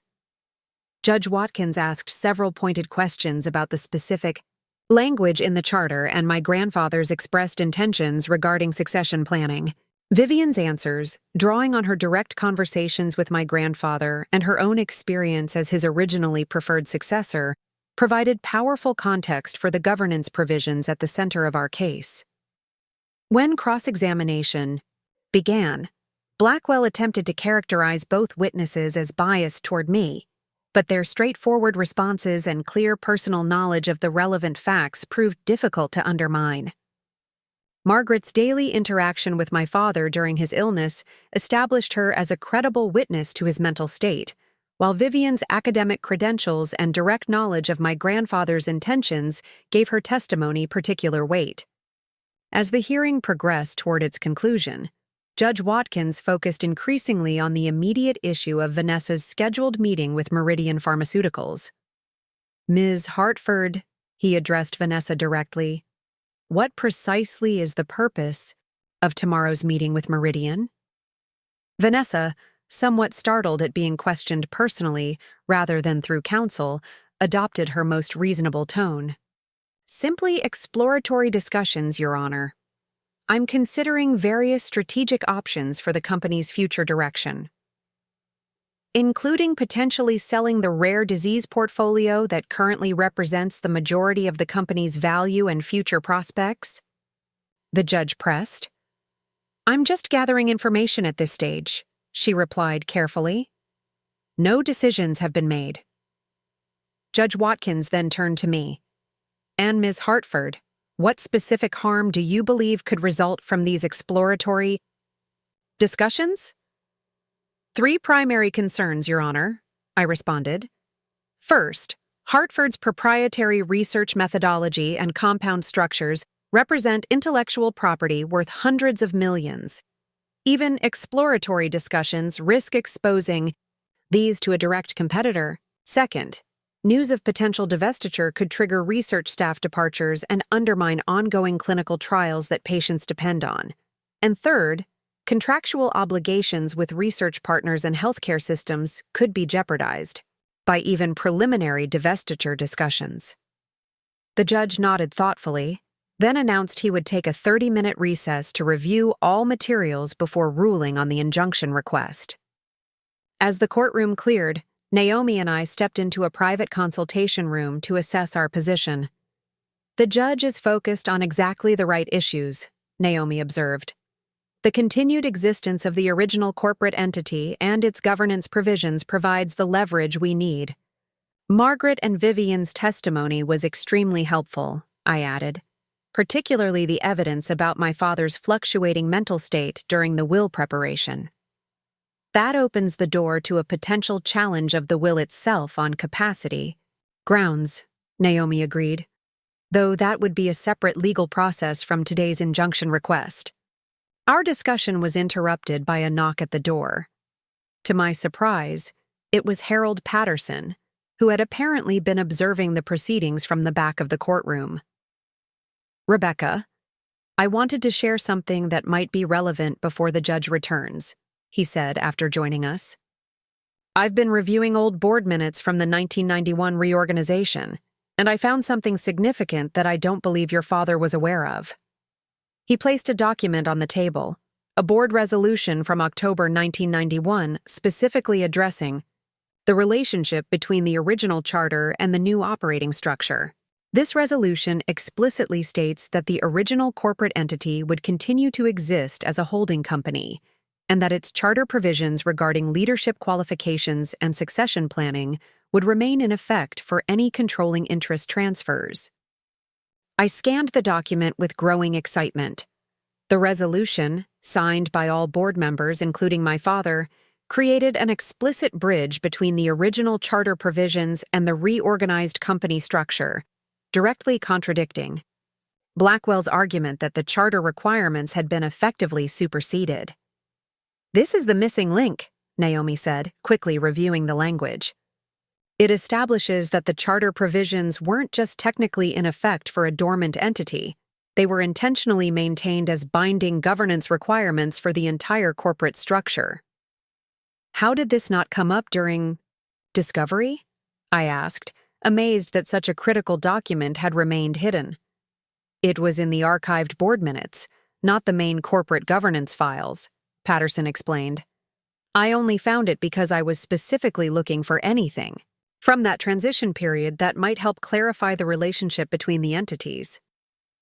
Naomi immediately prepared to present the newly discovered document to Judge Watkins when court resumed. This resolution represented the definitive leverage point we had been seeking. Clear documentary evidence that the charter provisions regarding qualified family members in succession planning remained binding even after the corporate reorganization. When court reconvened and we presented the 1991 board resolution, Judge Watkins took considerable time reviewing it alongside the other materials. Blackwell attempted to minimize its significance, but the judge's increasingly pointed questions suggested he recognized its importance to our case.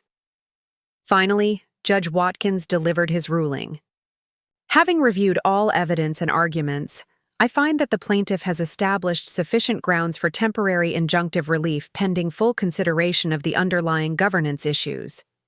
The 1991 board resolution explicitly maintaining the original charter provisions, combined with evidence of potential irreparable harm to company operations and value, justifies maintaining the status quo until these complex governance questions can be properly adjudicated. He continued with specific directives. Therefore, the court orders that, first, no sale, transfer, or substantive discussion regarding divestiture of Hartford Pharmaceuticals' rare disease portfolio or related intellectual property may proceed until the governance dispute is resolved. Second, operational control of Hartford Pharmaceuticals shall remain with the current management team, led by Rebecca Hartford as CEO, for a period of 60 days while expedited proceedings regarding the charter provisions are completed. Third, Vanessa Hartford's rights as financial beneficiary of the Hartford shares remain unchanged, but her exercise of voting control is temporarily suspended pending resolution of the governance requirements. The ruling represented everything we had sought: preservation of Hartford's core business, continuation of my operational authority, and time to fully adjudicate the complex legal questions raised by the charter provisions and evidence of my father's fluctuating intentions. As we exited the courthouse, reporters again swarmed for comments. This time, with the injunction secured, I felt confident enough to offer a brief statement. Today's ruling isn't about family disagreements. It's about protecting Hartford Pharmaceuticals' patients, research, and long-term value while complex governance questions are properly addressed. I remain committed to upholding the scientific excellence and patient focus that have defined Hartford since my grandfather founded the company. In the car returning to Hartford headquarters, I finally allowed myself to acknowledge the magnitude of what we had accomplished. The 1991 board resolution wasn't just a technical legal point. It represented my father's own agreement, decades earlier, that the company's leadership should be determined by qualification and commitment to its founding principles, not simply by inheritance. That resolution, combined with Margaret's testimony about my father's fluctuating intentions and Vivian's insights into my grandfather's original vision, had provided the critical leverage needed to protect Hartford Pharmaceuticals from hasty dismantling. The battle wasn't over, but we had secured the time and legal foundation needed to fight for Hartford's future the right way, through careful consideration of governance requirements, business value, and patient needs rather than rushed decisions, based on inheritances and emotions. As we pulled up to Hartford headquarters, I saw staff members gathered in the lobby anxiously awaiting news. Their concerned expressions transformed into smiles and relief as I entered. The company wasn't just a corporate entity or an inheritance. It was a community of dedicated professionals who had invested their careers in our shared mission. We have 60 days, I told Naomi as we stepped into the elevator. 60 days to transform a temporary victory into a permanent solution. 60 days to ensure Hartford stays true to its founding purpose, she agreed. The leverage we had discovered wasn't just a legal technicality, it was a thread connecting Hartford's past to its future. My grandfather's vision to my leadership, and the company's scientific purpose to its business success. Some battles were won through force. This one had been won by finding the right pressure point, the precise leverage that could move even the weight of a seemingly ironclad will. The aftermath of the court ruling brought a temporary sense of stability to Hartford Pharmaceuticals. Research teams resumed their work with renewed focus, knowing their projects weren't in immediate jeopardy. The executive team implemented careful documentation protocols to create a record of sound governance during our 60-day window. Board members began a thorough review of all corporate governance documents to strengthen our position for the final resolution. I had expected an immediate counterattack from Vanessa, perhaps an emergency appeal of the injunction or attempts to undermine my authority through back channels with executives or board members. Instead, an eerie silence descended. Her attorney had issued a brief statement expressing disappointment with the ruling, but confirming they would comply with its terms pending further legal proceedings. Vanessa herself had disappeared from public view, canceling her scheduled media appearances and withdrawing from social commitments. This uncharacteristic retreat made me uneasy. Vanessa had never been one to accept defeat gracefully, even in minor childhood competitions. Her silence suggested she was regrouping, perhaps planning something beyond the straightforward legal challenges we had anticipated. 3 days after the court ruling, as I worked late finalizing our quarterly earnings report, my assistant Priya buzzed my intercom. "Ms. Hartford, your sister is here to see you." The unexpected announcement sent a ripple of tension through me. "Did she have an appointment?" I asked, though I knew the answer. "No. She says it's urgent family business that can't wait." I considered refusing the meeting. Our attorneys had advised minimal direct contact during the legal proceedings, but curiosity won out. What could be urgent enough to bring Vanessa here in person after days of silence? "Send her in," I decided. "And Priya, stay within earshot, please." Vanessa entered my office with none of her usual dramatic flair. Gone were the designer outfits and performative cheerfulness. Instead, she wore a simple black pantsuit, her expression uncharacteristically serious. "Rebecca," she said by way of greeting, closing the door behind her. "Vanessa," I replied evenly. "This is unexpected." She glanced around my office, taking in the research awards, the framed patents, the photographs of our clinical research, teams celebrating breakthrough results. "I've been doing some thinking since the hearing," she began, remaining standing despite the visitor chairs available. "About Dad, about the company, about us." Her subdued demeanor put me on high alert. This wasn't the Vanessa I knew, the sister who turned every interaction into a performance, who wielded charm and manipulation with equal skill. "I'm listening," I said carefully. "You've built something impressive here," she continued, gesturing toward the window that overlooked the research campus. "I didn't fully understand the scope of it until the court hearing. The way people talked about the work being done, the patients involved." I remained silent, waiting for the turn I knew was coming, the pivot to whatever she actually wanted from this conversation. "The thing is," she continued, "I've been talking with some financial advisors. Even with the court's temporary ruling, I still legally own the shares Dad left me. They represent hundreds of millions in potential value." "That's correct," I acknowledged. "The injunction addressed operational control, not ownership." "Which means," she said, finally taking a seat across from me, "that we both have something the other wants. You want control of Hartford. I want to realize the financial value of what Dad left me." And there it was, the real purpose of this unexpected visit. "What exactly are you proposing?" I asked, though I had already begun to see the outline of her approach. A settlement, Vanessa replied simply. One that gives us both what we want without further legal battles or family drama. She leaned forward slightly. I'll transfer full voting control of the Hartford shares to you, removing any governance challenges. In exchange, you arrange for a corporate buyback of 70% of my shares at a premium to current valuation, giving me liquid assets while you maintain controlling interest. The proposal was surprisingly straightforward, a clean separation that would leave me with uncontested control of Hartford Pharmaceuticals and Vanessa with substantial liquid wealth rather than illiquid company shares. Why now? I asked. Your attorneys seemed prepared for a prolonged legal battle 3 days ago. Because I finally took a hard look at the situation, she admitted with uncharacteristic candor. The truth is, I don't want to run a pharmaceutical company. I never did.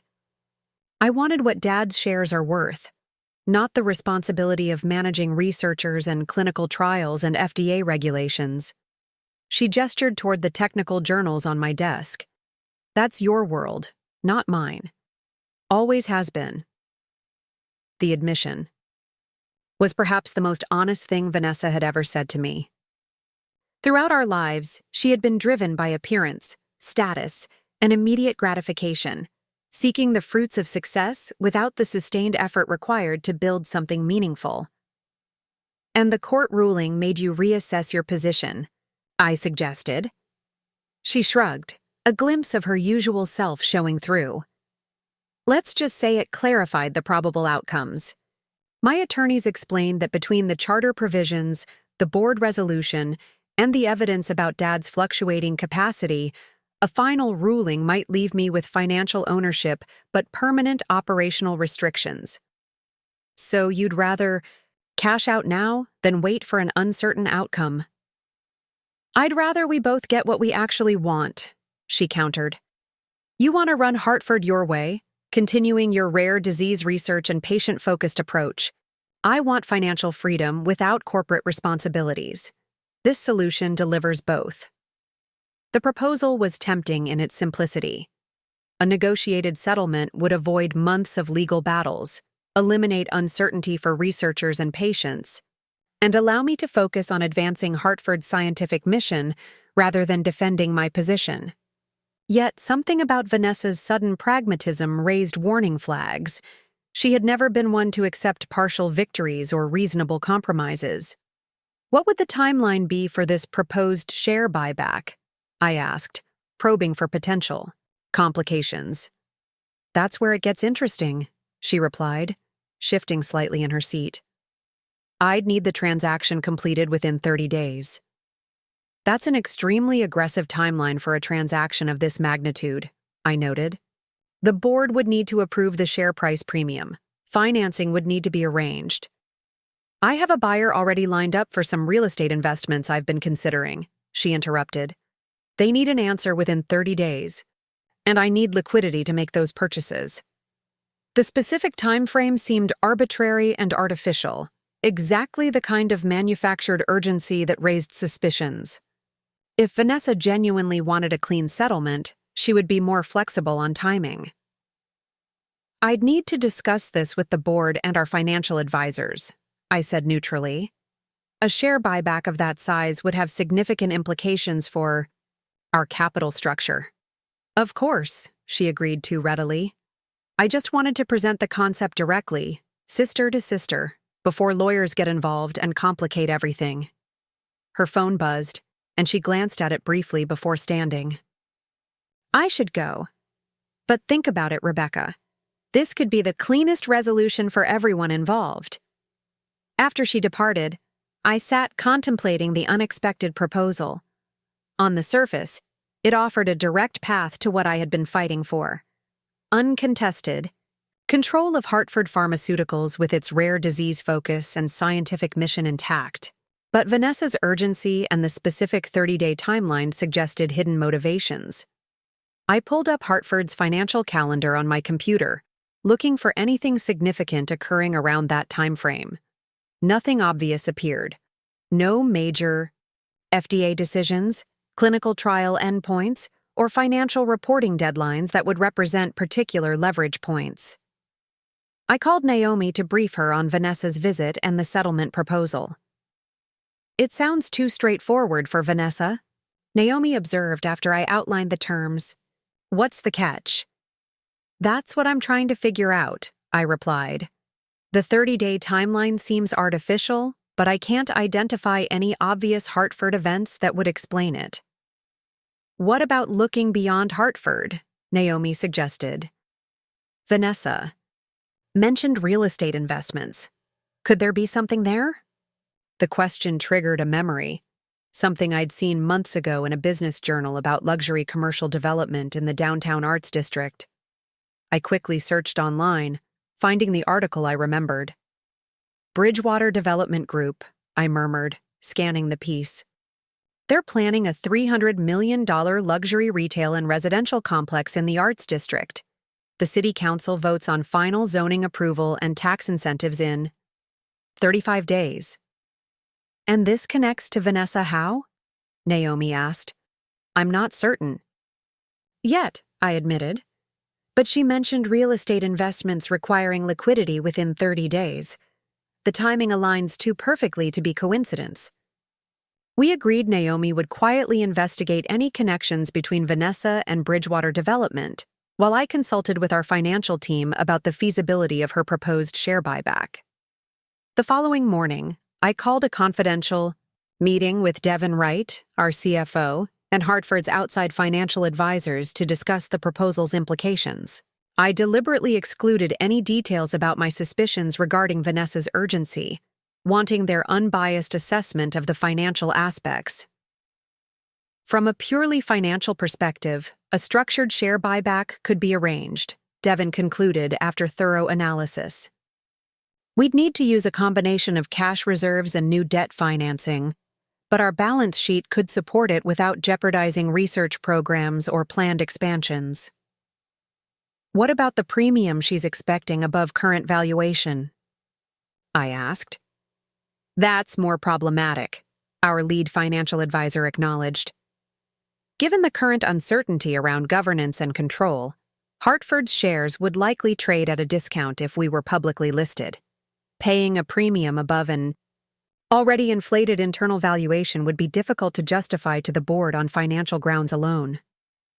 The discussion continued, exploring various structures and financing approaches. By lunch, we had developed a preliminary framework that could potentially accommodate Vanessa's core requirements while protecting Hartford's financial stability, though with a longer timeline than her demanded 30 days. As I returned to my office, Naomi called with her findings. "Your instincts were right," she said without preamble. "Vanessa is listed as a silent partner in a limited liability company that owns 15% of Bridgewater Development Group. And here's where it gets interesting. If the Arts District project receives final approval, their property values are projected to increase by 40–50% overnight. So she needs liquidity to increase her investment position before the city council. Vote, I reasoned, the pieces falling into place. Exactly. But there's more, Naomi continued. I checked with a contact in the city planning department. The proposal has faced significant community opposition due to concerns about displacing existing arts organizations and small businesses. Bridgewater has been countering with promises of community benefits and affordable components, but they're still facing an uphill battle with the council. How does this connect to Hartford? I asked, sensing there was more to the story. Hartford Pharmaceuticals is one of the city's largest employers and most respected corporate citizens, Naomi explained. Your advocacy for rare disease patients has given the company significant goodwill and influence. If Hartford were to publicly support the development as providing economic benefits to the city, our endorsement could tip the council vote in Bridgewater's favor, I finished, the full picture becoming clear, and substantially increase the value of Vanessa's investment, which she can only maximize if she has capital to increase her ownership percentage before the vote, Naomi confirmed. Vanessa's seemingly straightforward settlement proposal now revealed its hidden complexity. She wasn't simply seeking liquidity for generic real estate investments. She was orchestrating a specific play to multiply her wealth through Hartford's corporate influence, which she could only access while maintaining some connection to the company. The revelation left me with a profound strategic dilemma. On one hand, the settlement would give me what I had been fighting for: clear control of Hartford without prolonged legal battles. On the other hand, it would indirectly use Hartford's reputation to support a development that might harm the arts community while enriching Vanessa through what amounted to insider positioning. As I weighed these considerations, my assistant announced another unexpected visitor, Board Chairman Patterson, who had apparently left a board meeting at another company to speak with me urgently.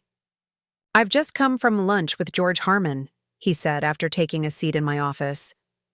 Harmon was a prominent city council member and longtime family friend of the Pattersons. He mentioned something disturbing that I thought you should know. Immediately.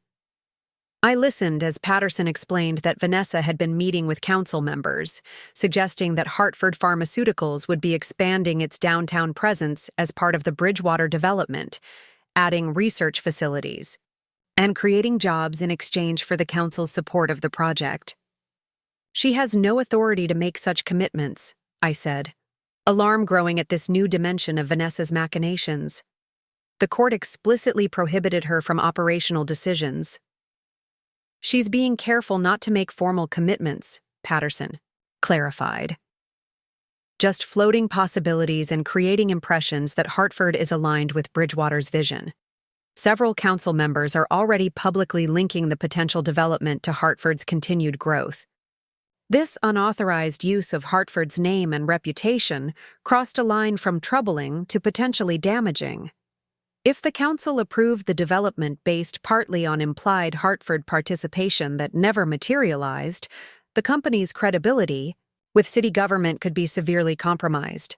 The situation demanded immediate action, a direct confrontation to halt Vanessa's unauthorized activities before they created binding expectations or public commitments involving Hartford.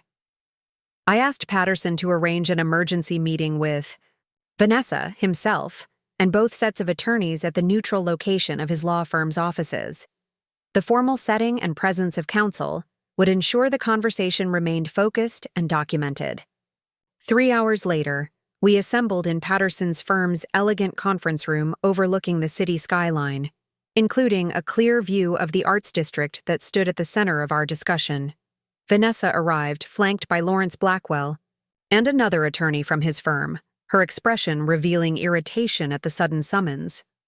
"What's this about?" she demanded as soon as pleasantries had been exchanged. "I thought we were considering a private settlement." "This meeting is about your unauthorized use of Hartford Pharmaceuticals' name and reputation in discussions with city council members," I replied directly. "You've been suggesting Hartford's expansion into the Bridgewater development to influence the upcoming zoning vote, despite having no authority to make such commitments." Her momentary flash of surprise confirmed our information was accurate. "I've merely discussed possibilities," she countered, quickly recovering. "Nothing binding or definitive." "You have no standing to discuss any possibilities regarding Hartford's operations or future planning," Naomi interjected firmly. "The court order explicitly prohibited your involvement in operational matters pending resolution of the governance dispute."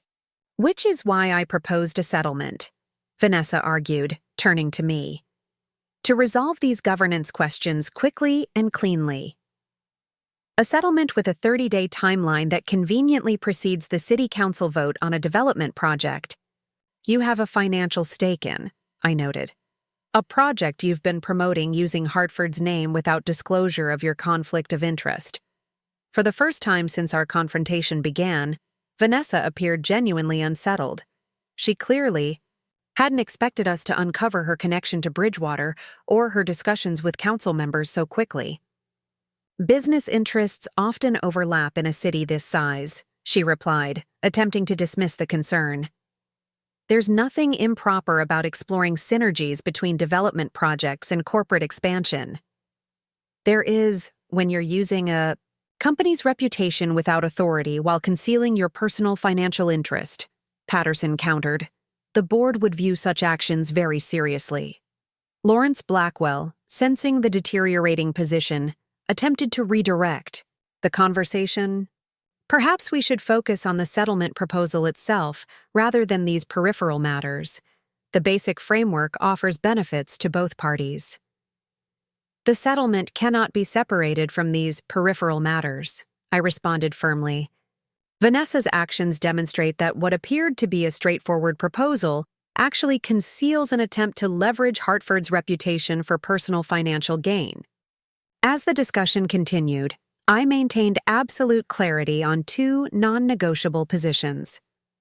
First, any settlement would require full disclosure to the City Council regarding Vanessa's connection to Bridgewater and explicit correction of any impressions that Hartford had committed to the development. Second, any share buyback would proceed on a timeline determined by Hartford's financial requirements, not by Vanessa's investment deadlines.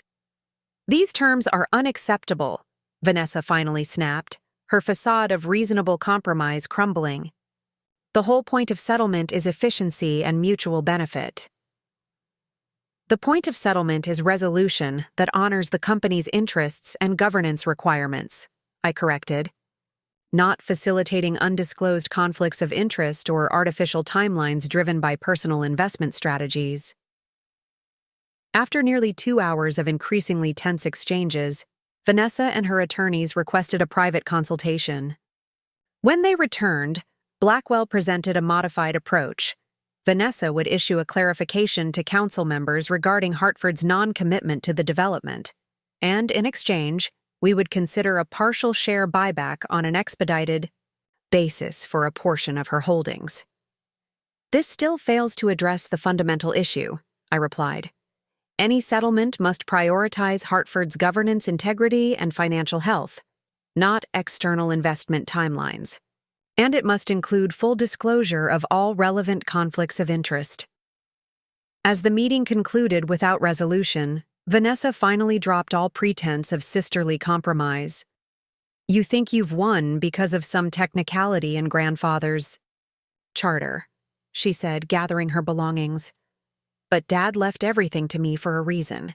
He knew who could be trusted with his legacy. The bitterness in her voice revealed the personal dimension that had been lurking beneath the business and legal maneuvering all along. This isn't about who Dad trusted more, I replied quietly. It's about who's committed to what Hartford Pharmaceuticals actually is, a company that develops life-changing treatments for people with few other options. That was Grandfather's vision, and it's the mission I've dedicated my career to advancing. How convenient that your definition of the right vision aligns with keeping power for yourself, she shot back. Not power, Vanessa, responsibility. There's a difference you've never understood. As she departed with her legal team, Patterson turned to me with a thoughtful expression. That went about as expected, he observed. But it revealed something important. She's more desperate for that quick liquidity than we realized. Her Bridgewater investment must be significant. Which gives us leverage in the broader resolution, Naomi added. She needs cash more than she needs a prolonged fight over control. The direct confrontation had transformed what had initially appeared to be a simple settlement negotiation into a multi-dimensional chess match involving corporate governance, city politics, development interests, and family dynamics. Vanessa's attempt to manipulate Hartford's reputation for personal gain had backfired, exposing her true priorities and strengthening our position. Draft a formal communication to the City Council, I instructed Naomi as we left the meeting. It should clarify that Hartford has made no commitments regarding the Bridgewater development and has no current plans for expansion into that district. What about the settlement discussions? She asked. We proceed, but on our terms and timeline, I decided. A gradual, phased buyback that protects Hartford's financial stability while providing Vanessa with progressive liquidity, but not in time for her to maximize her Bridgewater investment before the council vote. Direct confrontation hadn't produced an immediate resolution, But it had accomplished something perhaps more valuable: clarity about the true nature of the conflict and the principles that would guide its ultimate resolution. This wasn't simply about inheritance or control anymore. It was about the integrity of Hartford Pharmaceuticals, the proper use of its influence, and the values that would shape its future. Some confrontations ended with clear victories or defeats. This one had revealed a path forward, one that required steadiness, transparency, and unwavering commitment to the company's true purpose. 2 weeks after our confrontation with Vanessa, Hartford Pharmaceuticals faced a pivotal moment that would shape both public perception and the ongoing battle for the company's future. Our quarterly earnings call, scheduled months before the inheritance dispute erupted, would be the first public forum where I would address investors, analysts, and industry observers since the court granted the temporary injunction. Under normal circumstances, these calls followed a predictable format: presentation of financial results, updates on research milestones, guidance for future quarters, and carefully scripted responses to analyst questions. Today would be different. The inheritance dispute, court ruling, and uncertainty about Hartford's leadership had generated intense interest far beyond our usual audience. "We've got over 200 participants registered for the call," Devin Wright reported during our preparation meeting that morning.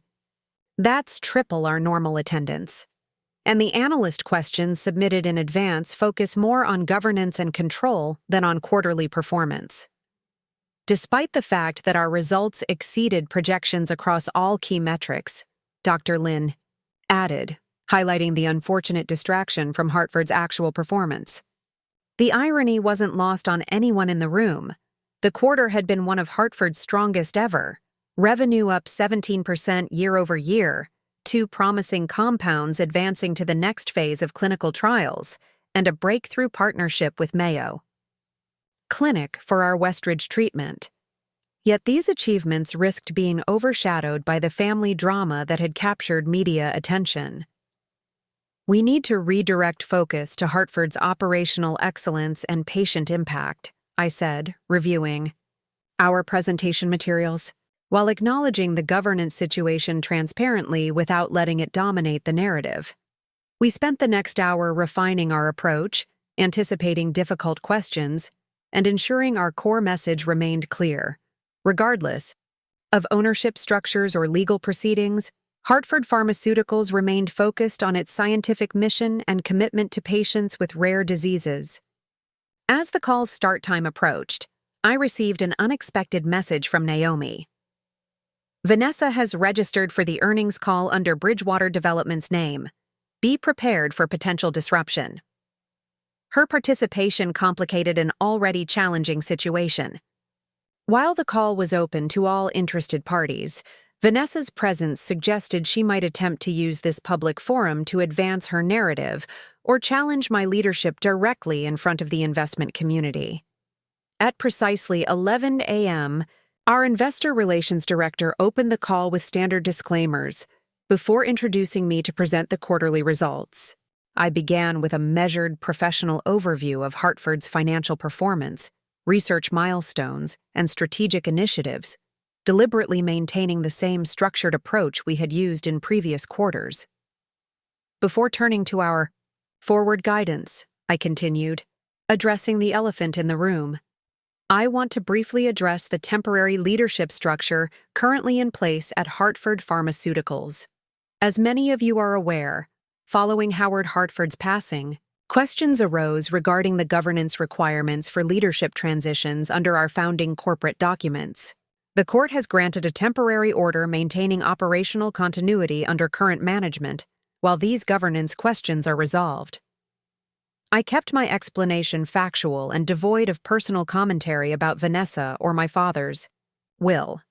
Most importantly, I emphasized, this temporary structure has ensured zero disruption to our research programs, clinical trials, or patient access to treatments. The executive team remains fully focused on advancing our scientific mission and building on the strong performance you've seen in this quarter's results. The presentation portion concluded, we moved to the Q&A session, the part of the call I knew would prove most challenging. The first question came from Sandra Michaels at Morgan Stanley. Thank you for addressing the governance situation, Ms. Hartford. Could you provide more specific details about the timeline for resolving these questions permanently, and what impact resolution might have on Hartford's strategic direction? The court has established a 60-day period for expedited proceedings regarding the governance requirements, I replied. We're currently in discussions about potential resolutions that would maintain Hartford's focus on rare disease treatments while addressing all stakeholders' interests. What I can state unequivocally is that our commitment to scientific excellence and patient-focused research will remain the cornerstone of Hartford's strategy, regardless of the specific resolution. The next analyst asked about potential impacts on our research partnerships. Some of your academic and clinical research collaborators have expressed concern about potential changes in Hartford's rare disease focus. How are you addressing these concerns during this period of uncertainty? This question touched on a critical issue: the anxiety our situation had created among research partners whose work depended on Hartford's continued commitment to rare disease treatments. We've been proactively communicating with all research partners, I explained. The court order specifically prevents any changes to our rare disease portfolio or research directions during this period. Additionally, the board has unanimously expressed support for maintaining our current strategic focus. We've provided partners with detailed continuity plans and reaffirmed our commitment to the collaborative research that has defined Hartford's approach. The next voice on the call sent a ripple of tension through our conference room. This is Vanessa Hartford, my sister announced, abandoning the Bridgewater identity she had used to register. I'd like to address the characterization of the current situation. Our investor relations director hesitated, looking to me for guidance on whether to mute the unexpected intervention. I gave a small nod to allow her to continue. Silencing her would only create an impression of fear or evasion. As the legal beneficiary of Howard Hartford's controlling interest in the company, Vanessa continued, her voice composed and professional, I want to assure investors that I am committed to maximizing Hartford's value and potential. The temporary court order has delayed, but not diminished my intention to bring fresh perspective and expanded market opportunities to the company my father built. She was carefully positioning herself as a forward-thinking steward rather than acknowledging her previously stated intentions to sell off the rare disease portfolio and pivot to consumer products. While my sister has done admirable work with the rare disease focus, she continued, I believe Hartford has opportunities in broader markets that remain unexplored. The current governance dispute is simply about ensuring all strategic options receive proper consideration. The reframing was clever, presenting her approach as complementary expansion rather than fundamental redirection, casting me as narrowly focused while portraying herself as innovatively comprehensive. The moment called for direct but measured response. I appreciate Vanessa's perspective, I replied, keeping my tone collegial despite the ambush. And I welcome her acknowledgement of the value Hartford has created through its rare disease focus. Where we differ is in our assessment of where Hartford's greatest future value lies.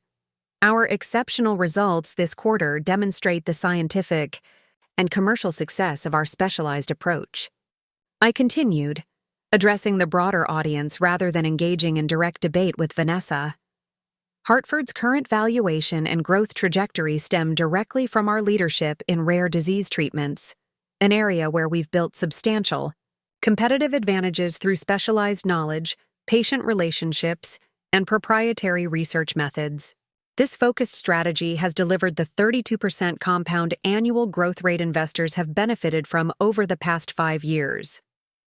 The subtle reference to Hartford's performance metrics under my leadership served as an implicit contrast to Vanessa's lack of pharmaceutical experience. Another analyst jumped in.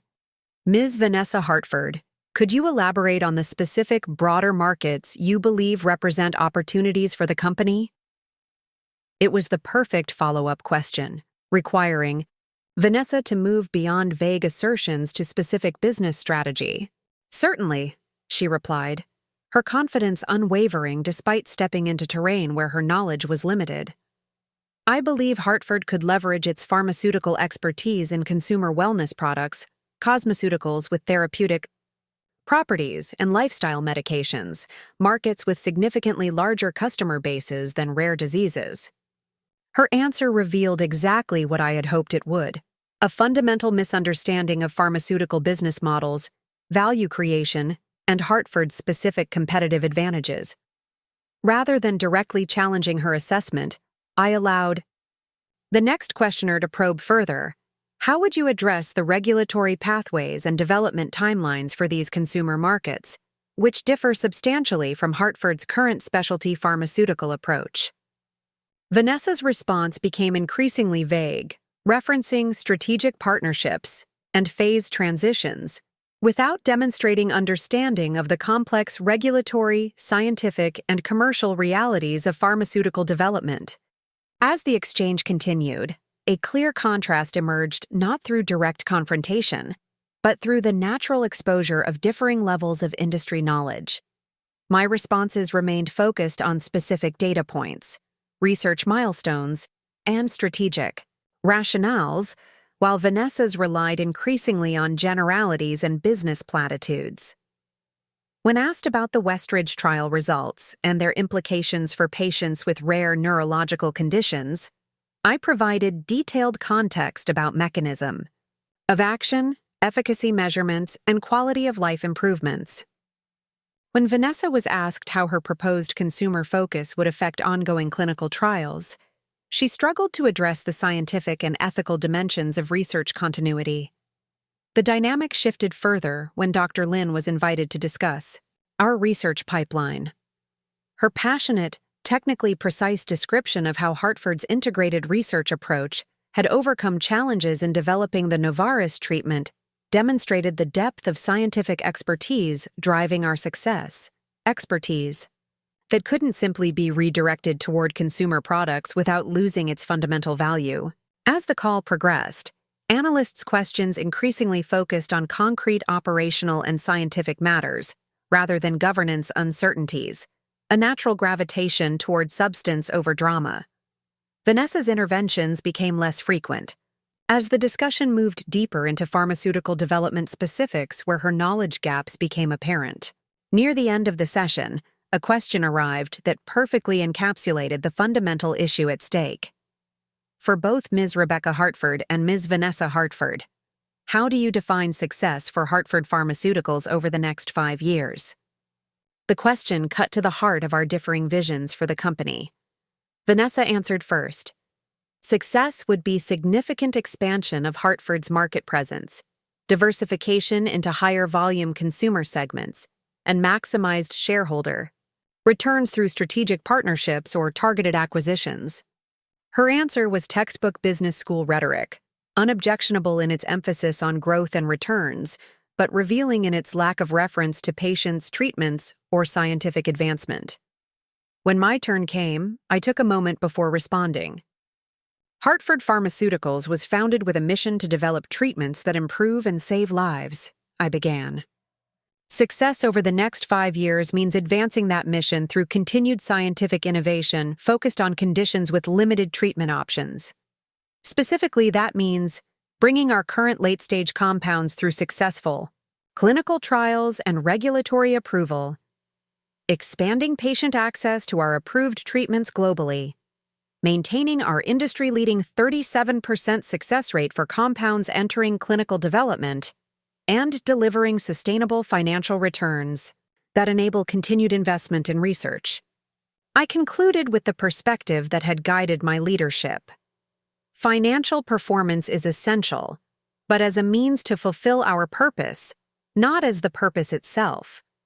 Success is measured ultimately by the patients whose lives are improved by treatments that wouldn't exist without Hartford's commitment to addressing underserved medical needs. The contrast between our answers encapsulated the fundamental choice facing Hartford, between a vision centered on patient impact supported by financial success, and one focused on financial returns potentially disconnected from the company's founding purpose. As the call concluded, our investor relations director thanked participants and provided standard follow-up information. The moment the line disconnected, the room erupted in analysis of what had just transpired. "That couldn't have gone better if we'd scripted it," Devin observed. Vanessa essentially demonstrated why she shouldn't be running a specialized pharmaceutical company. "The analyst questions were perfect," Dr. Lin added. "They naturally highlighted the depth of industry-specific knowledge required for effective leadership in this sector." While the team celebrated what they perceived as a clear victory in the court of public opinion, I maintained a more measured perspective. This wasn't about winning or losing, I reminded them. It was about demonstrating Hartford's continued focus on its core mission despite leadership uncertainties. Within hours, the impact of the earnings call began reverberating through various channels. Industry publications highlighted Hartford's strong quarterly performance and research advances, with several noting the stark contrast in pharmaceutical knowledge displayed during the call.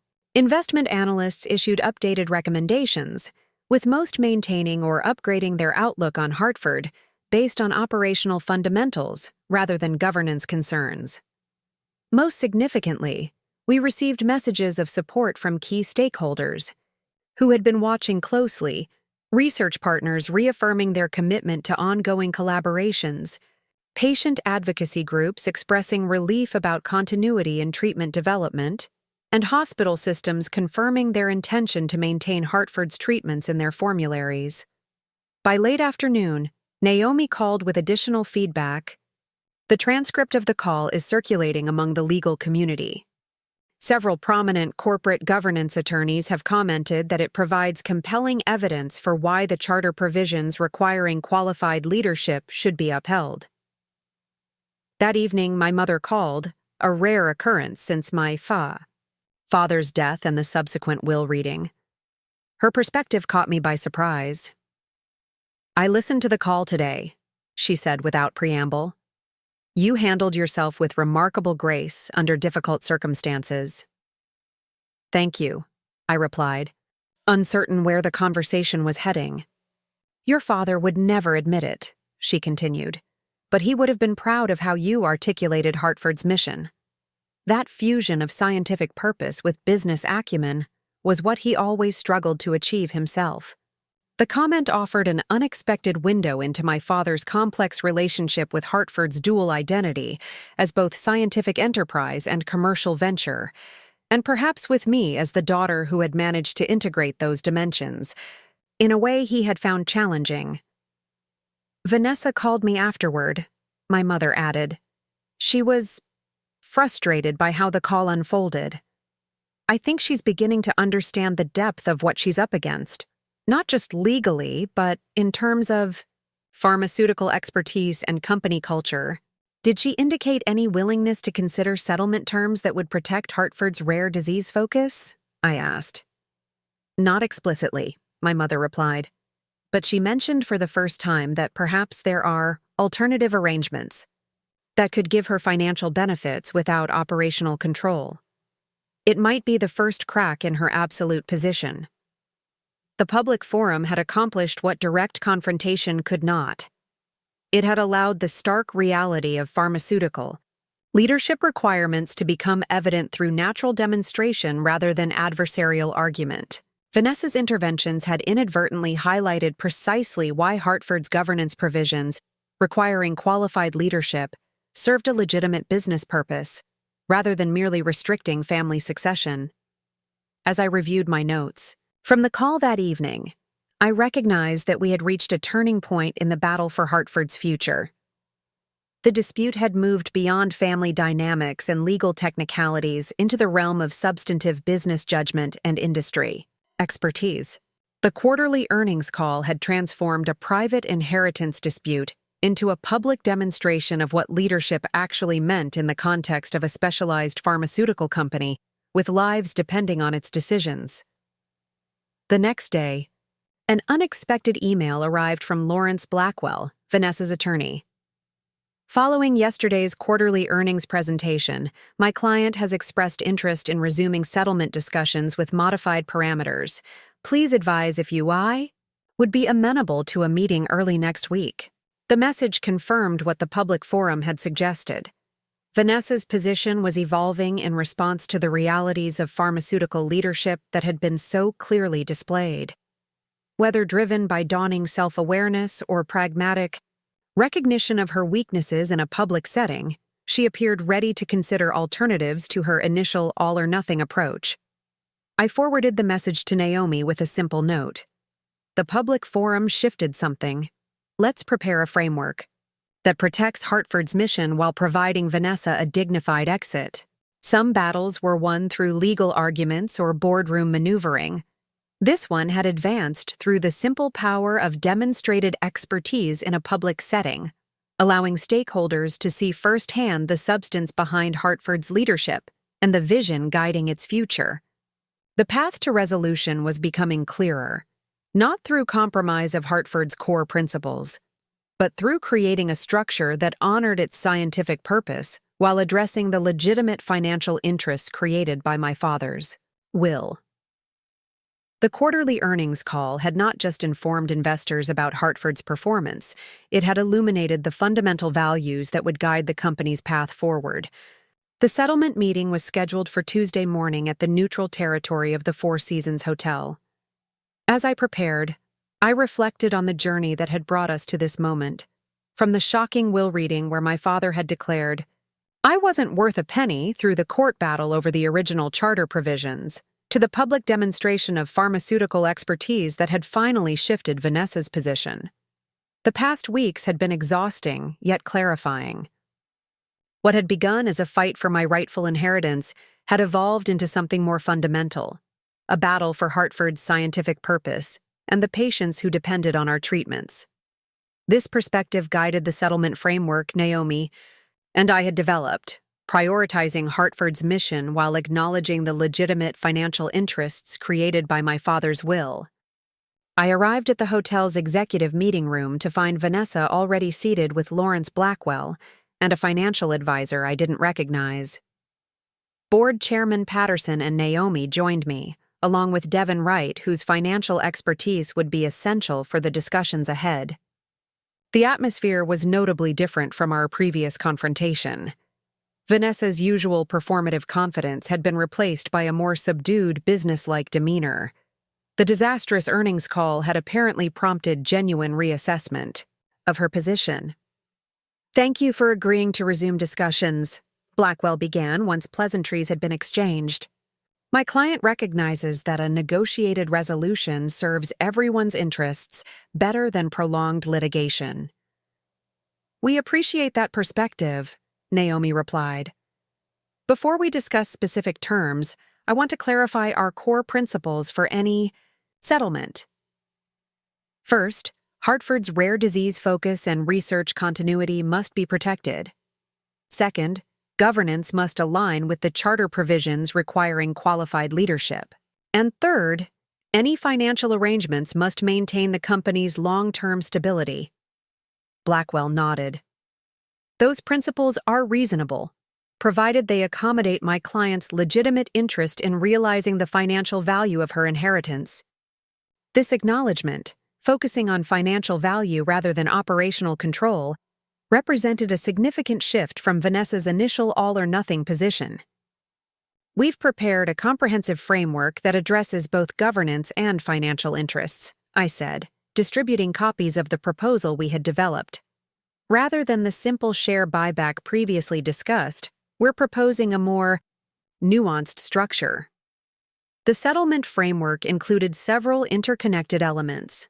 First, a corporate reorganization creating two classes of shares: voting shares with operational control rights and financial shares entitled to dividend streams but without governance authority. I would receive all voting shares, while Vanessa would hold financial shares representing her inheritance percentage. Second, a phased liquidity program allowing Vanessa to convert portions of her financial shares to cash over a 5-year period, ensuring she received fair value without undermining Hartford's capital structure. Third, establishment of the Howard Hartford Foundation, a patient advocacy organization funded by a percentage of Hartford's profits, with Vanessa serving as chairperson if she wished, creating a constructive role aligned with her interests and abilities. And finally, formal adoption of governance provisions requiring pharmaceutical experience for future Hartford leadership, ensuring the company's scientific mission would remain protected regardless of ownership changes. This approach preserves Hartford's operational integrity while honoring the financial value of Vanessa's inheritance, I explained. It also creates a structure where both Hartford sisters contribute to our father's legacy in ways aligned with our respective strengths. The proposal's balanced approach, addressing both governance imperatives and financial interests, seemed to resonate with Vanessa more than I had anticipated.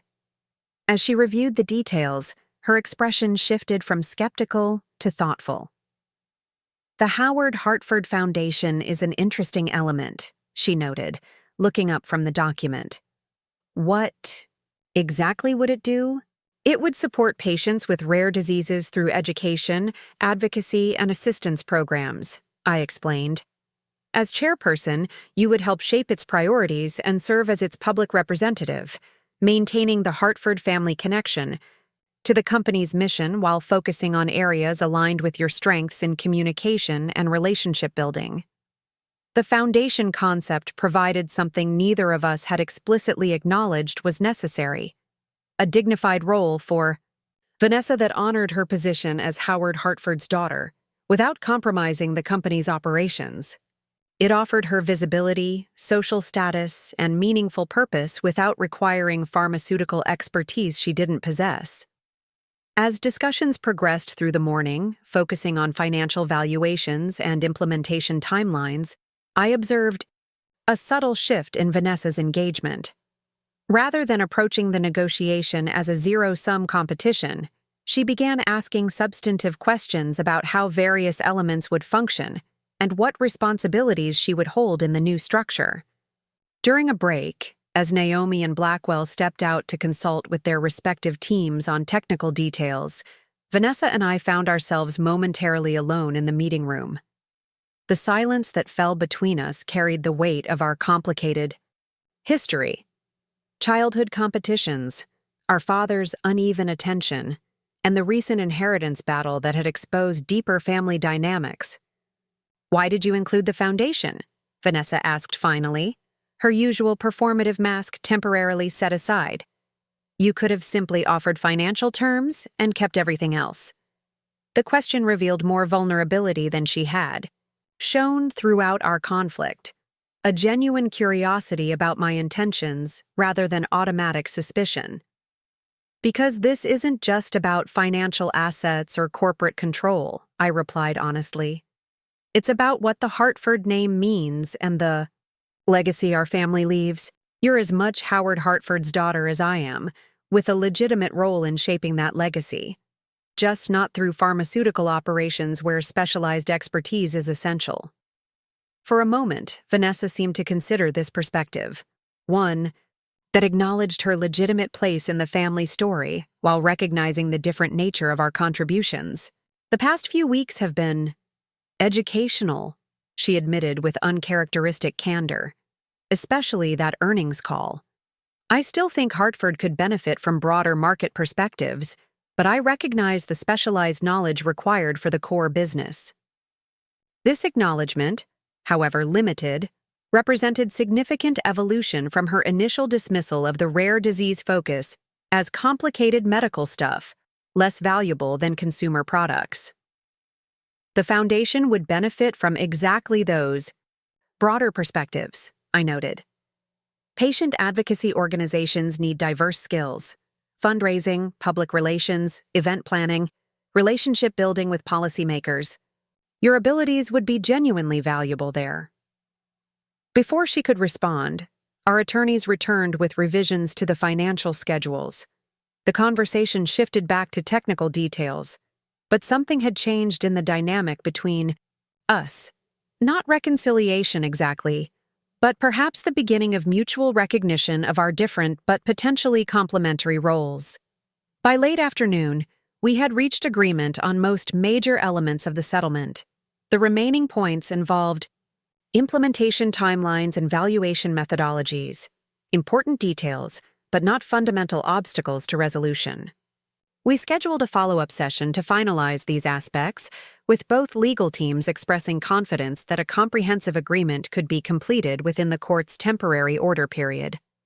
As the meeting concluded, Vanessa approached me directly rather than communicating through attorneys as she had previously done. The foundation would need an executive director with pharmaceutical knowledge, she observed. Someone who understands the science but can translate it for donors and policymakers. Dr. Kaplan's wife runs a similar organization for another condition, I replied. She might have recommendations. I'd appreciate that, Vanessa said with surprising sincerity. If I'm going to chair something with the Hartford name, I want it done properly. It was perhaps the first time in our adult lives that Vanessa had approached me as a potential ally rather than a competitor, seeking expertise rather than challenging it.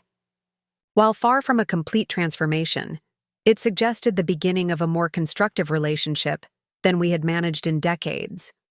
The next 2 weeks involved intensive work finalizing settlement details, drafting legal documents, and preparing for implementation. Throughout this process, I kept the executive team and board fully informed, ensuring transparency about the emerging resolution and its implications for Hartford's future.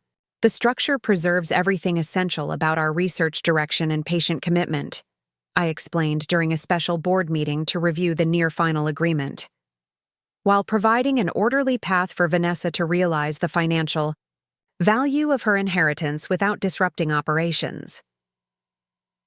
And the Howard Hartford Foundation creates meaningful separation between financial ownership and operational control, Patterson observed, preventing similar conflicts in the future, while maintaining family connection to the company's mission. The board unanimously endorsed the settlement approach, recognizing it as a solution that honored Hartford's scientific purpose while addressing the legitimate interests created by my father's will. Several directors specifically praised the foundation concept as a constructive innovation that transformed a binary conflict into a more nuanced resolution. On the final day of the court's temporary order period, we gathered in Judge Watkins's chambers to present our completed settlement agreement. The judge reviewed the documents carefully, paying particular attention to the governance provisions that would guide Hartford's future leadership. This is an uncommonly thoughtful resolution, he observed after completing his review. Most inheritance disputes involve simple division of assets. You've created a structure that honors the company's purpose while addressing both governance and financial interests. With the judge's approval, we signed the final documents, transforming what had begun as a bitter inheritance battle into a constructive reorganization that strengthened Hartford's governance while creating new avenues for patient support. As we left the courthouse, Vanessa paused on the steps where reporters had gathered for our initial hearing weeks earlier. The media presence was smaller this time, but still significant given the prominent family names involved. Ms. Hartford, can you comment on the settlement? Will you continue to challenge your sister's control of the company? Rather than diverging to separate vehicles as I had expected, Vanessa gestured for me to join her. It was a calculated moment and a genuine opportunity to present a united front that would benefit both Hartford Pharmaceuticals and the newly created foundation. My sister and I have reached a comprehensive agreement that serves the interests of Hartford Pharmaceuticals, its patients, and our family legacy, Vanessa announced with the polished delivery that had always been her strength. The settlement creates the Howard Hartford Foundation for Rare Disease Advocacy, which I will chair, while Rebecca continues leading the company's pharmaceutical operations. Her framing was masterful, positioning the outcome as a purposeful division of responsibilities rather than her retreat from operational control. It provided her the dignified narrative she needed while accurately representing the resolution we had reached. When a reporter asked if I had comments, I added, This resolution honors our father's legacy by ensuring Hartford Pharmaceuticals continues its commitment to treating conditions others have overlooked, while expanding that mission through the Foundation's advocacy work. Different roles, shared purpose. The brief joint statement accomplished what hours of legal language could not. It signaled to employees, partners, and patients that the disruption had ended and Hartford's mission would continue uninterrupted. The implementation of our settlement agreement unfolded over the following months with remarkable smoothness. The corporate reorganization establishing separate voting and financial shares proceeded as planned. The Howard Hartford Foundation was incorporated with an impressive initial board including several prominent patient advocates and healthcare policy experts recruited by Vanessa, demonstrating unexpected commitment to her new role. Most importantly, Hartford Pharmaceuticals returned to its central purpose, developing treatments for patients with rare diseases. The Westridge treatment received FDA approval, bringing new hope to thousands suffering from a previously untreatable neurological condition. The Novartis trial advanced to its final phase with promising interim results. Research teams, freed from governance uncertainty, pursued new compounds with renewed focus and creativity. 6 months after the settlement, I invited Aunt Vivian to tour our expanded research facilities. As we walked through laboratories where scientists worked on next-generation treatments, she shared memories of my grandfather's original vision for Hartford. Thomas believed pharmaceutical companies held a sacred trust, she recalled. The knowledge to develop treatments for suffering, people came with responsibility to use that knowledge for genuine human benefit, not just financial return. That's still our guiding principle, I replied, watching researchers carefully monitoring experiments that might someday transform patients' lives. Financial success enables the mission, but the mission itself is about the patients. We paused at a wall displaying photographs of people whose lives had been improved by Hartford treatments, a visual reminder of the human impact behind scientific achievements and business metrics. Your grandfather would be proud of what you've built here, Vivian said, studying the faces in the photographs. Not just the scientific success, but how you fought to protect the company's purpose when it was threatened. I had help, I acknowledged, thinking of the many allies who had stood with me throughout the battle. Naomi's legal guidance, the executive team's unwavering support, the board's recognition of Hartford's true value, and even my mother's quiet affirmation of my worth beyond my father's judgment. And what about Vanessa? Vivian asked. Has the foundation role been meaningful for her? More than I expected, I admitted. She's actually quite effective as an advocate. Last month, she testified before a congressional committee on rare disease research funding, apparently quite compellingly. She understands how to communicate with non-specialists in ways researchers sometimes struggle with. This development had been perhaps the most surprising outcome of our settlement. Vanessa discovering genuine purpose in her foundation role, rather than treating it merely as a consolation prize. While our relationship remained complex and sometimes distant, we had established a functional coexistence built on recognition of our different contributions to the Hartford legacy. During a recent foundation event, Vanessa had even acknowledged the complementary nature of our roles, noting that Rebecca develops the treatments in the laboratory, while I ensure patients can access them through advocacy and education. It wasn't familial warmth exactly, but it represented significant evolution from her initial dismissal of Hartford's scientific mission. As Vivian and I completed our tour, we passed the memorial wall honoring my grandfather and father. Their portraits hung side by side, Thomas the scientist founder, Howard the business builder, each having shaped Hartford in different ways with different strengths and priorities. Every family business faces succession challenges, Vivian observed, studying the portraits. The truly successful ones find ways to honor their founding purpose while evolving with each generation's unique contributions. Her observation captured the essence of what we had ultimately achieved through the painful inheritance battle and subsequent settlement. Rather than simply transferring control from one generation to the next, we had created a structure that honored Hartford's scientific mission while accommodating different family members' strengths and interests.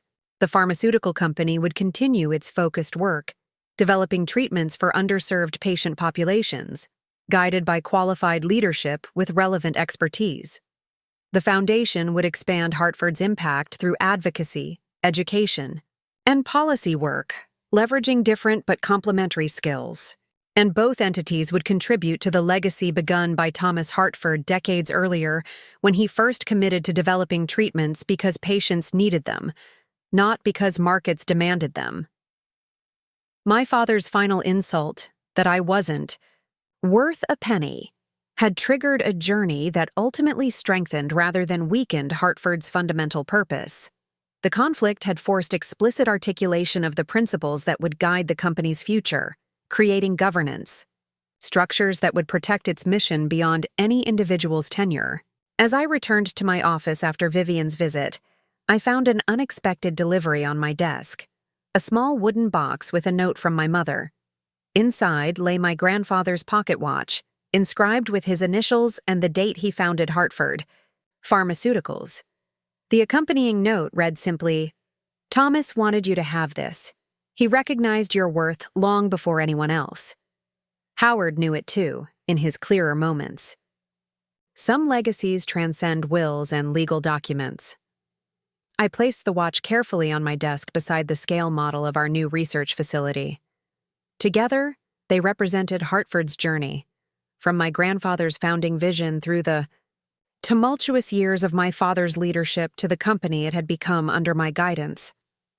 The inheritance battle had never truly been about money or control, but about purpose and values, about ensuring Hartford Pharmaceuticals remained true to its founding mission of developing treatments for those with few alternatives. That mission now stood stronger and better protected than before my father's will had triggered our conflict. Some resolutions simply divided assets or determined winners and losers. Ours had transformed Hartford itself, clarifying its governance, expanding its impact through the foundation, and ensuring its scientific purpose would guide its future, regardless of who held shares or sat in leadership positions. In the end, that was what truly mattered. Not that I had secured control or proven my worth, but that Hartford Pharmaceuticals would continue developing treatments that transformed patients' lives long after any of us were gone. That was the legacy worth fighting for, and the resolution we had achieved protected it for generations to come. Up next, you've got 2 more standout stories right on your screen. If this one hit the mark, you won't want to pass these up. Just click and check them out. And don't forget to subscribe and turn on the notification bell so you don't miss any upload from us.